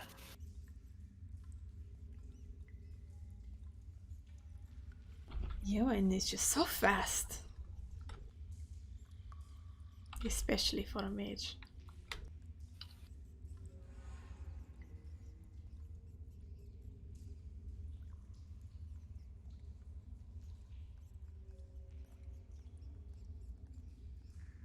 Oh, I think I'm going to learn how to defend works. Oh no! Did you guys jump this right here? Yes. I rolled kind of everybody's jump for them. The last person over got a 9, and the second to last person got a 5, so you probably got wet. That's that'd be Ewan. She got Yeah. a bit damp there, but she seems to shrug it off fairly easily. She's like, eh. I think that I anticipated, like, when I went over, it wasn't a concern to not get wet. I don't think I was particularly trying to jump too much. You weren't even thinking about it. You were just kind of focused on what you had seen, and kind of like when you're not really trying, that's when things are easiest. You made it easily. You just kind of leapt it. Okay. That's better. In my head, I was drenched in poo. Nope. So You're jumping actually is good. clean and focused and intense. Drenched is my job. All right, so now who is first? Ewan, you rolled first on initiative. You hear Aurora down the hallway. We have that vision thing from our eyes, right? Yep. I'm still getting a lot of dark spots. All right. Well, you're getting 30 feet, not quite as good as torch vision with it. Okay, that's what it is. Gotcha. Yeah. Thought I was standing next to him with the torch. If you want to turn on a torch, you can. But I mean, it's pretty good for not having anything. Yeah, I can No, definitely tell. I wasn't 100% sure. It's so bad compared to your astral sight. But then again, you can't really see walls and bridges very well, so that'd make things awkward to fight with. Yeah. And I know this is my fault, but I wasn't thinking of the token positioning as absolute. I don't know that Alethea and I meant to get ahead of the team, Oh wow. but maybe it'd be like that. Well, I was charging ahead. Yeah, it's all good. I was kind of kissing. I snorted the powder, and I was like kissing, worried about my holy symbol. It's just you weren't thinking about that. You guys were that far apart, and then suddenly you hear the roar, and you're like, "Oh, maybe we should have been closer together." Yeah. So here you are, and you used your round to move. Yeah, I use my round to move, and she's gonna ready herself there. She can't see anything yet coming, so she's just going to wait and anticipate whatever's coming. All right, Callion, you're next. It looks like drawing an item is one action, and then so could I take out the holy water and get it all over my my axe? Is that around? Yes, I will say that is one action. Okay, that's generous. Then I think, you know what? I don't think I want to get in front of the demon hunter and take the first bite. I'm gonna assume that she has something for this. So are you going to do anything with your next action? You have throwing axes, for instance. You could aim and do that the next round. Well, I can't. It doesn't look like I can see the thing right now. Okay. You can't use. So I will move over to here, and then, yeah, I can't aim. Is there a wait? Is there any kind of delay? Sorry, There I'll is. go Yeah, look there at is. this. There is, if you want to say, you can either hold your actions, which means you don't do anything. You can't move or do any actions, Or you can delay, which is say, I want to save 2 actions. But when you do act, it'll be -2 to hit. That sounds like what you did, because you applied the holy water, so you've delayed 1 action. So you've still Okay. got an action. Okay. We'll just remember that.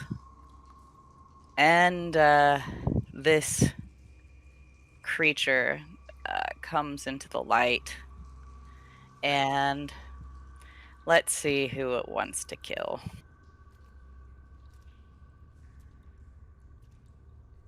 It likes you, Barbarian. Hey, buddy. So he moves forward, and he is going to attack. He has huge, huge claws. This is it. Roll to defend, because that was a freaking good... Yeah, he gotcha. Mhm. Come on, under 10. This is not going to be under 10. Oh man, I need to get up there. So 4 All got right. through.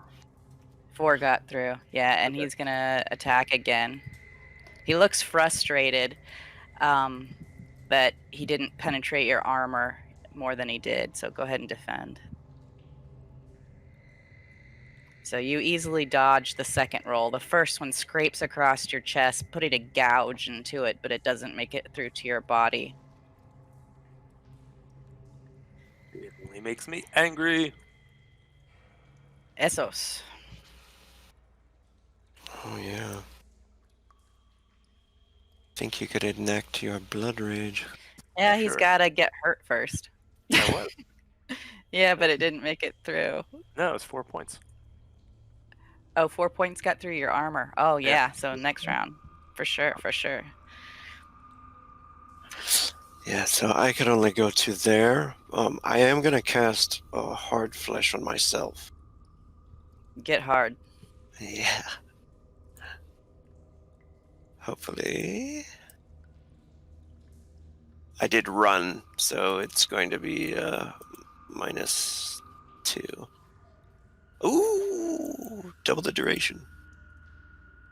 So Essos comes running down the path when he hears the growl and he hears the fighting, and he's like, and chanting, placing his hand to his chest, and kind of just like a shimmer of glow radiates from his flesh there as his skin starts to tighten and harden, and that is it for him.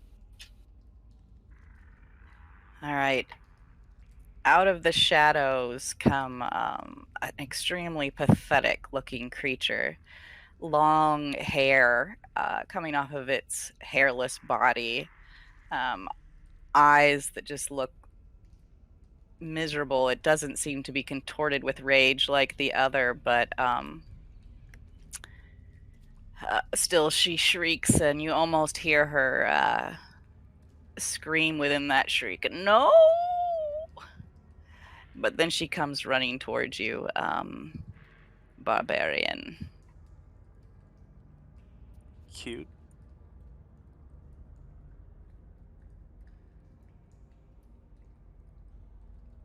Actually, she's going to make a rage attack with this, so that means she's kind of putting both action points into it. Ow, oh my gosh. That's bad for you. So defend. Nope. Yeah. Oh my god.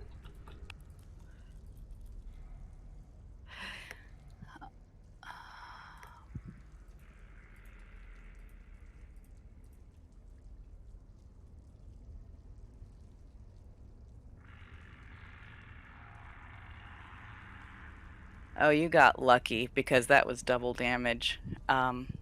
So she claws into you, and because she used a rage attack, when she hits with her claws on a rage attack, she grabs you, and she's going to spend a frenzy to try to bite you. Good.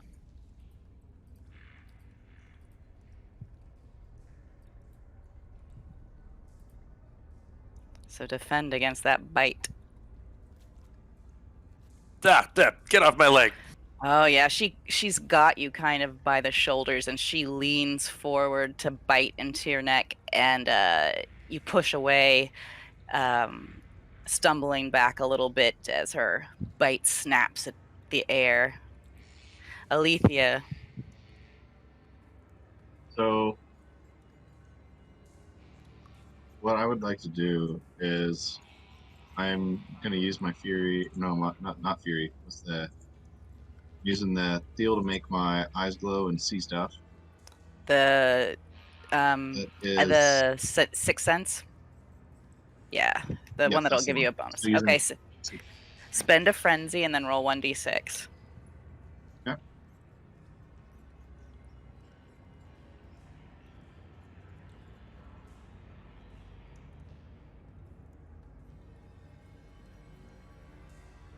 Oh, nice again.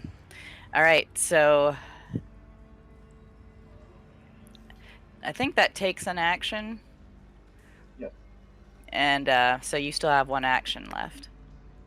Okay. With my second action, would I be able to grab this one that is on his shoulder and remove her? Like, I guess that would be like a grapple kind of a deal, or Yeah. Okay. Who are you trying to grapple? This one? the little one. Oh, you can't reach the little one. You'd have to run through, and it would get an attack on you. Okay, I was just all right. So then I'm gonna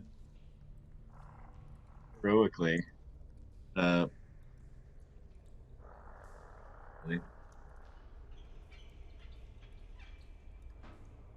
I think you have a limited amount of silver arrows. yes, but I do have my silver dagger. Yes. Um, so I'll pull that out. I have 10 silver arrows. I'm going to use my silver dagger, and I think, because I'm already right up there, completely ignoring all of the training that I probably should have remembered, and I'm gonna stab it. That is one action with my quick draw, correct? Your dagger? Yeah. Yeah. Okay, so I'm gonna run up to him and try to stab it with the silver dagger, the big fella.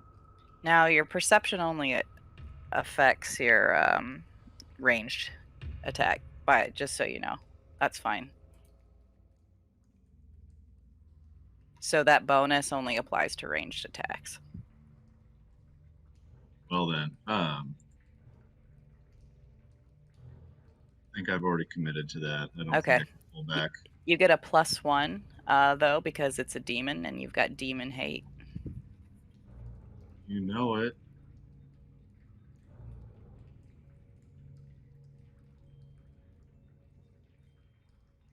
Nice. All right. A well-aimed blow. And it does not dodge. So go ahead and roll your damage. Okay. And it's a on the multiplier, put 2 because it's double damage.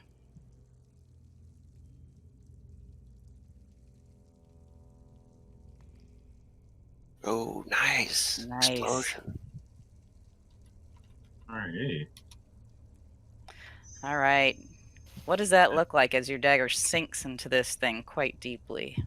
I imagine that it's kind of in my head I'm imagining Alethea's jumping up and kind of digging her dagger into it as deep as she can and kind of sliding down onto her feet. Like probably got a foot off the ground and it burns and kind of some of this green putrid mist is kind of coming up as she's slicing through it. Yeah, I love that. So you pull down and a huge gash, and this putrid green ichor oozes out of it as it screams, and definitely you can smell burning. All right, unless you're going to spend frenzy to attack again, we're going to move on. Oh hell, I've got frenzy. So yeah, let's do that. I will use another frenzy. Okay, so you should be down after this one to 4 of your 7. Yes. Just to let you know, you can burn up to 2 per round. Yep. And if you want to, you could burn those 2 and do a heavy attack. So Okay. it, I think I used the one frenzy already for activating my sixth sense, though. That doesn't count. That doesn't count. Yeah, for special abilities, they're almost always separate from your frenzy for attack. Okay. yeah, it'll say in there if it does, but it I doesn't. think I will hold on to this, just using the one for a double attack here. Maybe put that in my pocket for next time. Just do a I'm quick. gonna, yeah. Dagger.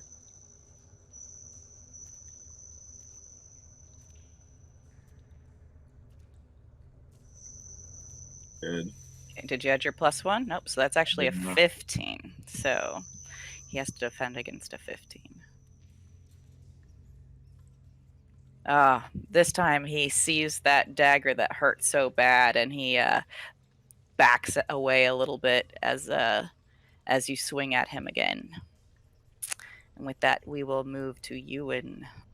Right, Ewan is going to move, kind of going over here within the water. Going over to this edge. So, woo, now I can see. Hello.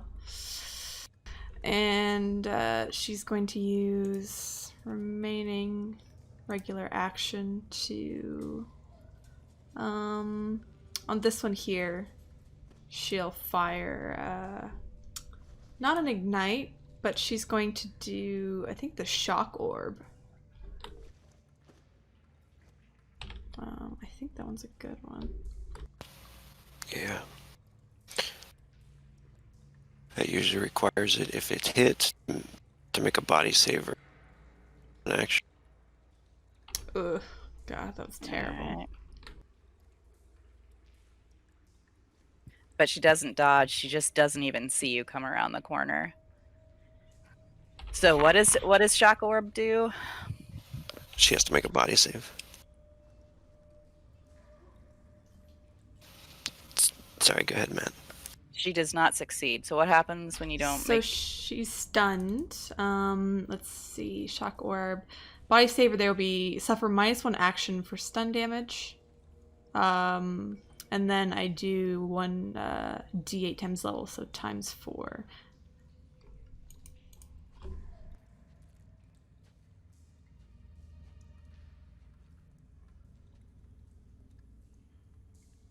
Oh my goodness. Well, that was not Oh, silly damage. one. Okay, at least I what Is it is it? stun? Got a stun. So she conjures up, waves her staff around her head, and then this ball of just energy and electricity gets summoned, and she flings her staff forward, pointing it towards the smaller, naked, hairy rat, and fires it at her, hitting her.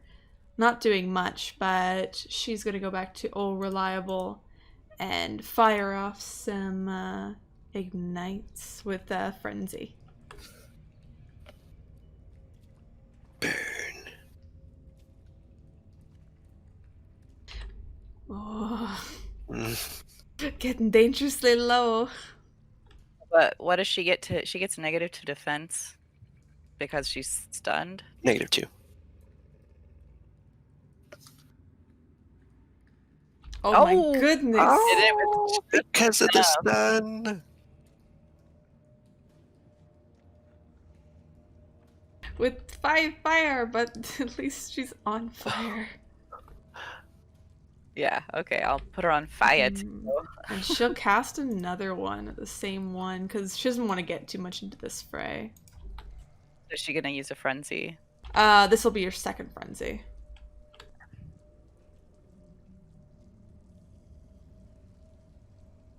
Oh, man. That's a crit. So what do you do for crit on spell? Anything? it'll be double damage. So Sweet. whatever level is, she'll put an 8 in on her power damage. Oh my god. Oh wait, ignite's different. Yeah. Ignite's different. But it still doesn't dodge. I don't get crit damage, but it doesn't dodge. Oh my She God. can't really attack you from where she is, though. Anyway, you hit, but no crit damage. That's amazing. 8 damage from Ignite. Sorry, Ignite's different. I forgot. Yeah. It's like 2d6 times 2. Yep. All right. So, but on fire. Oh my god. Callion. Alrighty, I've got one rat thing clinging to my face that's on fire, and that's pretty cool. And another one that is tearing my chest apart. So I'm going to rage, activate that good blood rage. And then I think. Go ahead and add 20 HP. Yeah, I think raging means I'm just gonna smash the crap out of the big thing, because that's what barbarian do. Now, what weapon are you using? I'm using the hand axe that I just slathered in holy water. Okay. Mm. And great.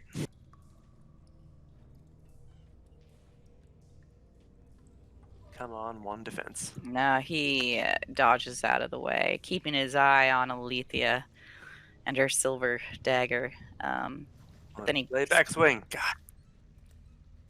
Oh, that's a fumble. Oh man. Okay, so we're gonna roll on the fumble table. I love the fumble tables. Fumble. Oh no. So I think they're all 1d6. Yeah. Roll 1d6. Callion just got so wild. Tell me what you roll, because I'm looking at the fumble table. What else could I possibly roll? What was it? A no. 6? It was a 1. It's a 1. Oh no. Oh no, cuts in half. Okay, roll Yeah. 1d2 to see if you hit yourself or if you hit Alethea. You hit Alethea. So roll your damage and we'll half it. And that's what Alethea takes. Yeah, it is. Enjoy your holy water. Oh. So you take, we'll round down 11 points. And this is 11 points minus my soap. Yeah, minus your Yeah. soak. Right. I am furious. Can I spend another You can spend a frenzy? frenzy, yeah. Yep. You can do 2 and do a heavy attack if you want. I already Mhm. spent 1 to rage. But that doesn't matter. That's Oh, it not an doesn't? attack. Okay. Oh, I mean, you right. still have to spend it, but it doesn't count towards your total. Right. Yeah, no, I think I'll Quicks. just stick with quick ones. Okay. He'll defend. And he doesn't make it, so go ahead and roll your damage times 2. So, you didn't multiply it times 2? No, Did it you? wasn't heavy. Okay. 26. No, okay, so 26. Well, it's double damage Oh. because you put holy water on it. Awesome. All right, and then All right. I want my second frenzy. Nobody makes me hit my demon hunter, but me. Oh, nice attack.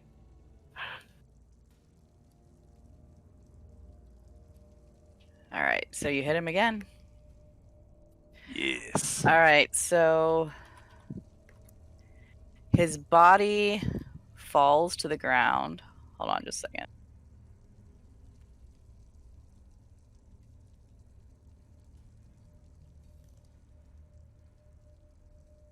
And starts to transform back to your friend Rodri. But as his body falls to the ground,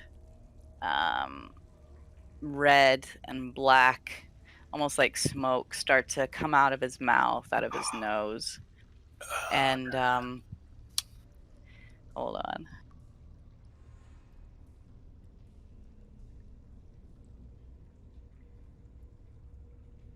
Hovering above him, you see this guy.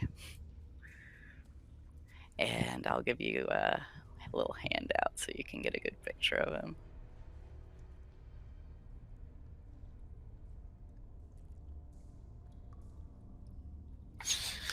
Glowing red and almost glowing with shadows and kind of shifting in and out.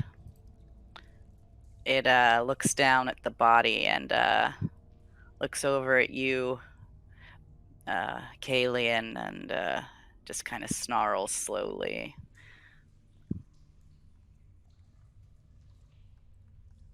Yeah, I'm the last one of the group, it looks like. What are you gonna do? You don't happen to speak demon too, right? Make this a little friendly encounter. Yeah, when I was 6 years old, I spent a summer in pits of hell.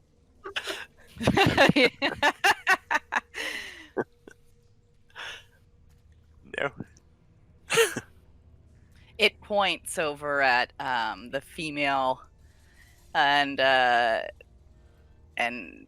says something in a language you don't understand, and she wails again and lunges towards you. And she doesn't get to attack again. I'm just telling you that. Just now that I'm looking for it, does she look like a horribly corrupted version of whatever her name was, the Anath, noble? Yeah. you can try to. It could be. Okay. God, But a quick glance, not so much. I mean, you can tell it's female, long hair. Since this demon sprouted from your friend Rodri, it's not a bad bet. This demon emerges from the corpse and looms over the barbarian. And since you took down his host, he's definitely focused on you. But he only gets one attack because he spent a round just coming out.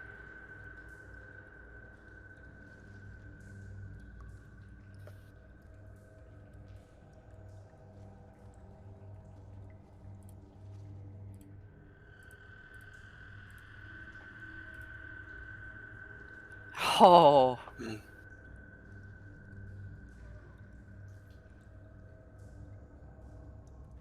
You Yeah, can dodge. gets you.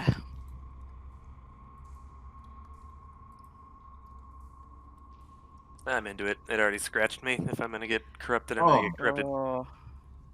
So that doesn't matter on the damage, but that's 20 points of damage. It sinks one enormous claw, just strikes at your arm and sinks in, gouging it, only somewhat blocked by the armor. I have to get that one. Get that one to rage attack. It couldn't rage attack this time. Yeah, that's a good thing. I was afraid the armor wouldn't do anything against demon, so that's good. Yeah.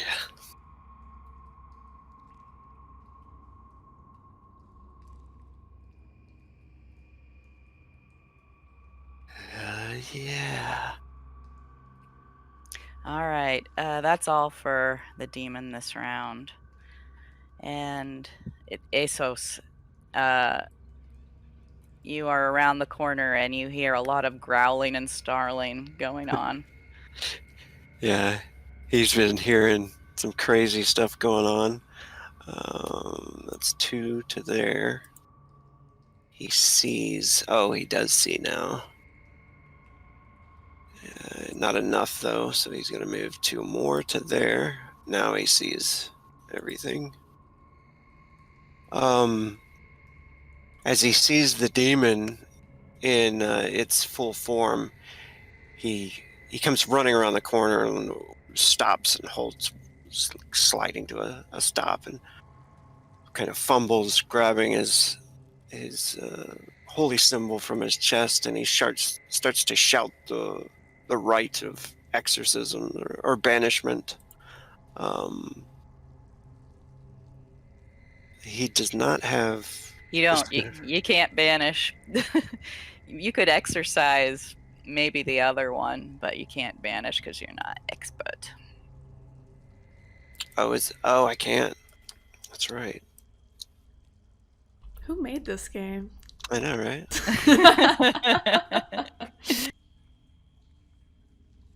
I can exercise. Look at me. I'm thinking I'm all badass. Practicing fitness. Good for you.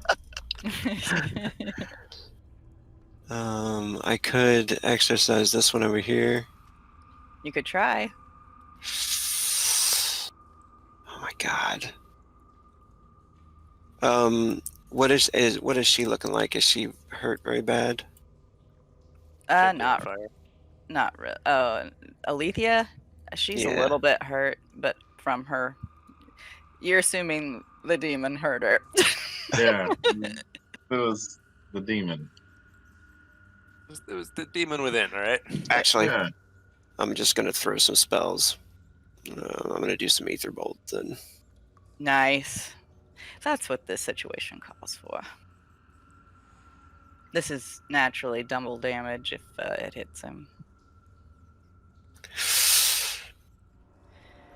Okay. Actually, from now on, I'm going to call that an 11. You get a +1 because of the nature of this demon Okay, being cool. kind of the antithesis of what you stand for. You stand against, people who pervert pestilence and disease, and he's definitely all about that. Awesome, thank you. But he dodges your ether bolt. First ether bolt, nothing, and he's gonna hurl another one.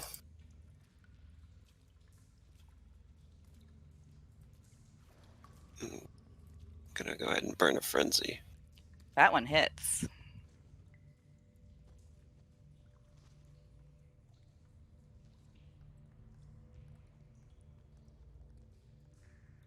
Damn it.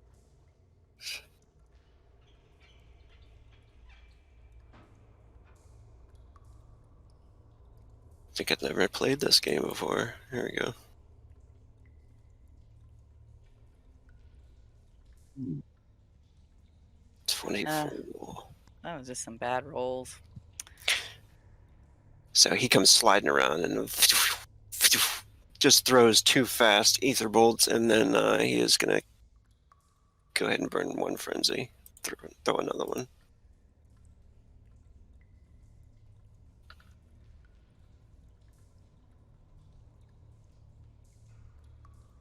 Whew, he hits him.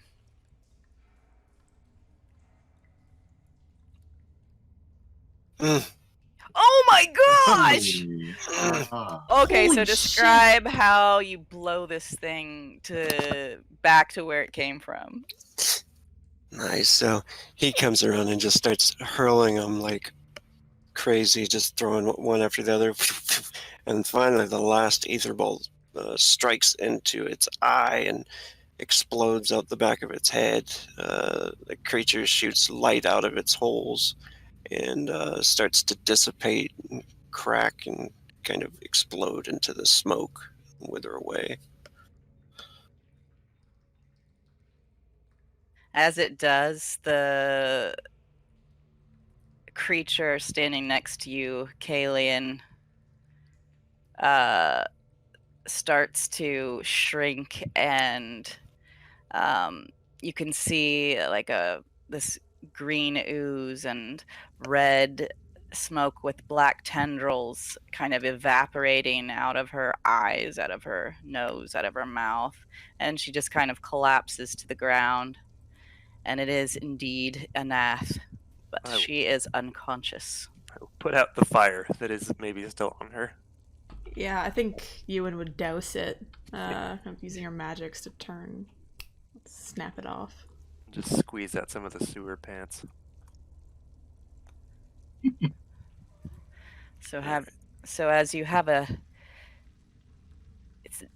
you don't see any more enemies at the moment, but you see the lair, the smell, it's horrible. You see cat and dog carcasses, along with a lot of rubbish, some little nests made of leaves and rubbish.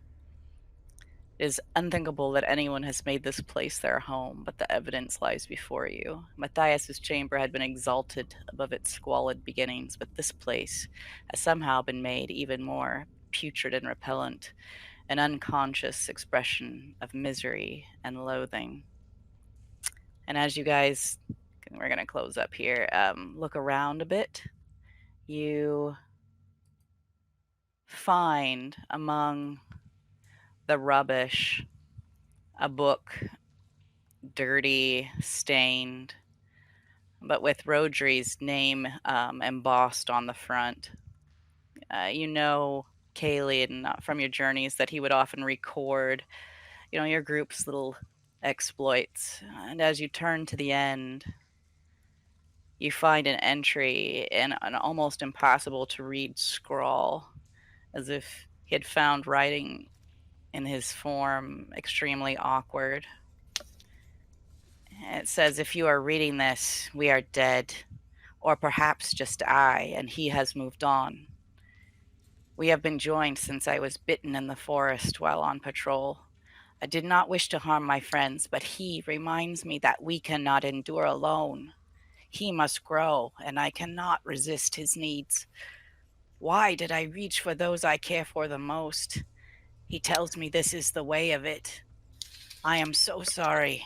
Oh, Luke, you are stronger than I, and I envy you now. I long for death, but he will not allow it. Take me to my father and tell him to burn my body and scatter the ashes somewhere there is sun."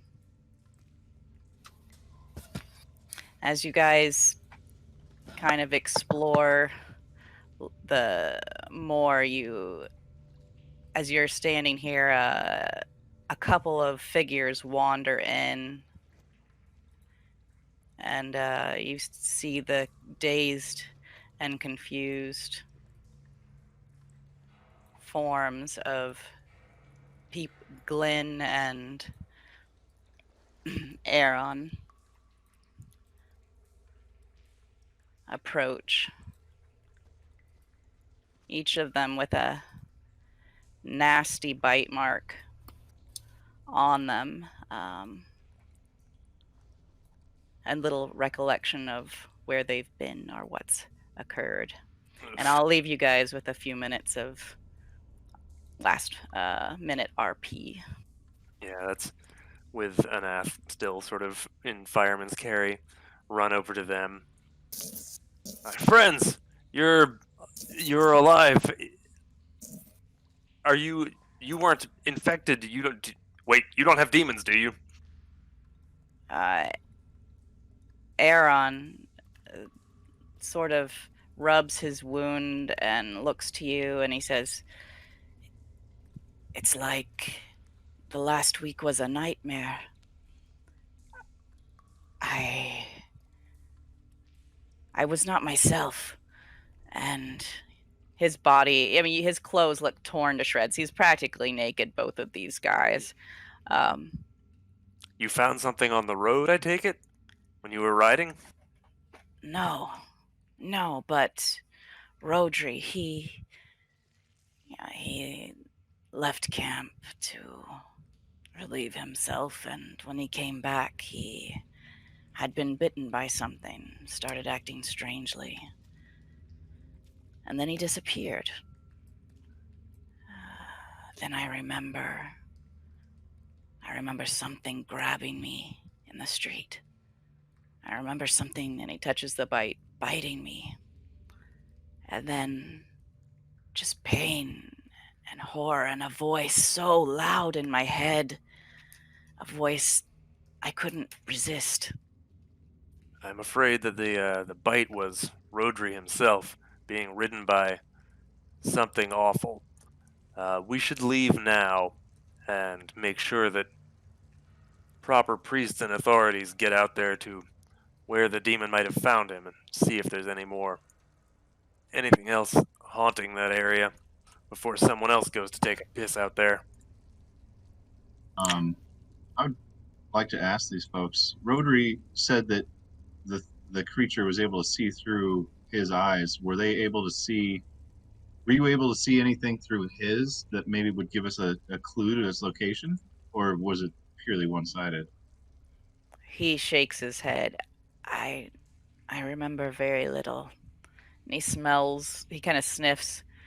Oh, dear God, this place. We should depart right away. We can question them more in depth maybe later. But first, she needs medical attention. They all do. Essos is still kind of standing there, still shocked that he blew up the demon. And he's like, I believe this place is purified. Do you... Maybe I can assist you with your wounds. Callion goes over to Essos and gives him just the biggest shoulder clap. No, nobody infects the place except your god, right? That's the right kind of plague we were talking about in the beginning. I suppose so. I'll make sure that the entire city knows that they owe you the debt for this. Oh, no, it was all of us. Let me help with your wounds just a little bit. I can clean that out just a smidge. I'm actually going to pull out some of the holy water that I've got, and I want to kind of pour a little bit on one of the wounds on their necks just to see how they react. Yeah, it might be your imagination, but you almost hear a little hiss from the wound, perhaps a little pink vapor that dissipates. But they actually respond with a feeling of relief, like as the cool water pours over an inflamed and obviously infected wound. Might just be my imagination. Well, I'm going to do that for all of them then. Kind of help them clean that little portion out. The And yeah, the redheaded man, Glyn, he kneels down by Rodri's body and shakes his head. A few tears streaming down his cheeks. Rodri, you did not deserve this fate. We must return him to his father. Yes, let us help him get back, but let us make haste and be quick about getting out of here. Yes. Agreed. Great job there, Essos. You very much surprised me. I surprised myself. Garmeth actually listened to me this time. seems he does answer your prayers sometimes. You're not bad for a priest. He smiles at her.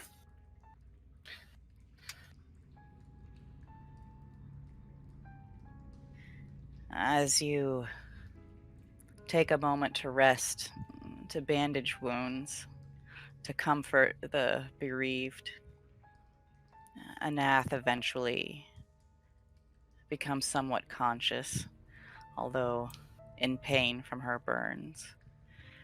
You're able to help her with that too, and between all of you, you're able to help her and carry Rodri's body from the dank sewers.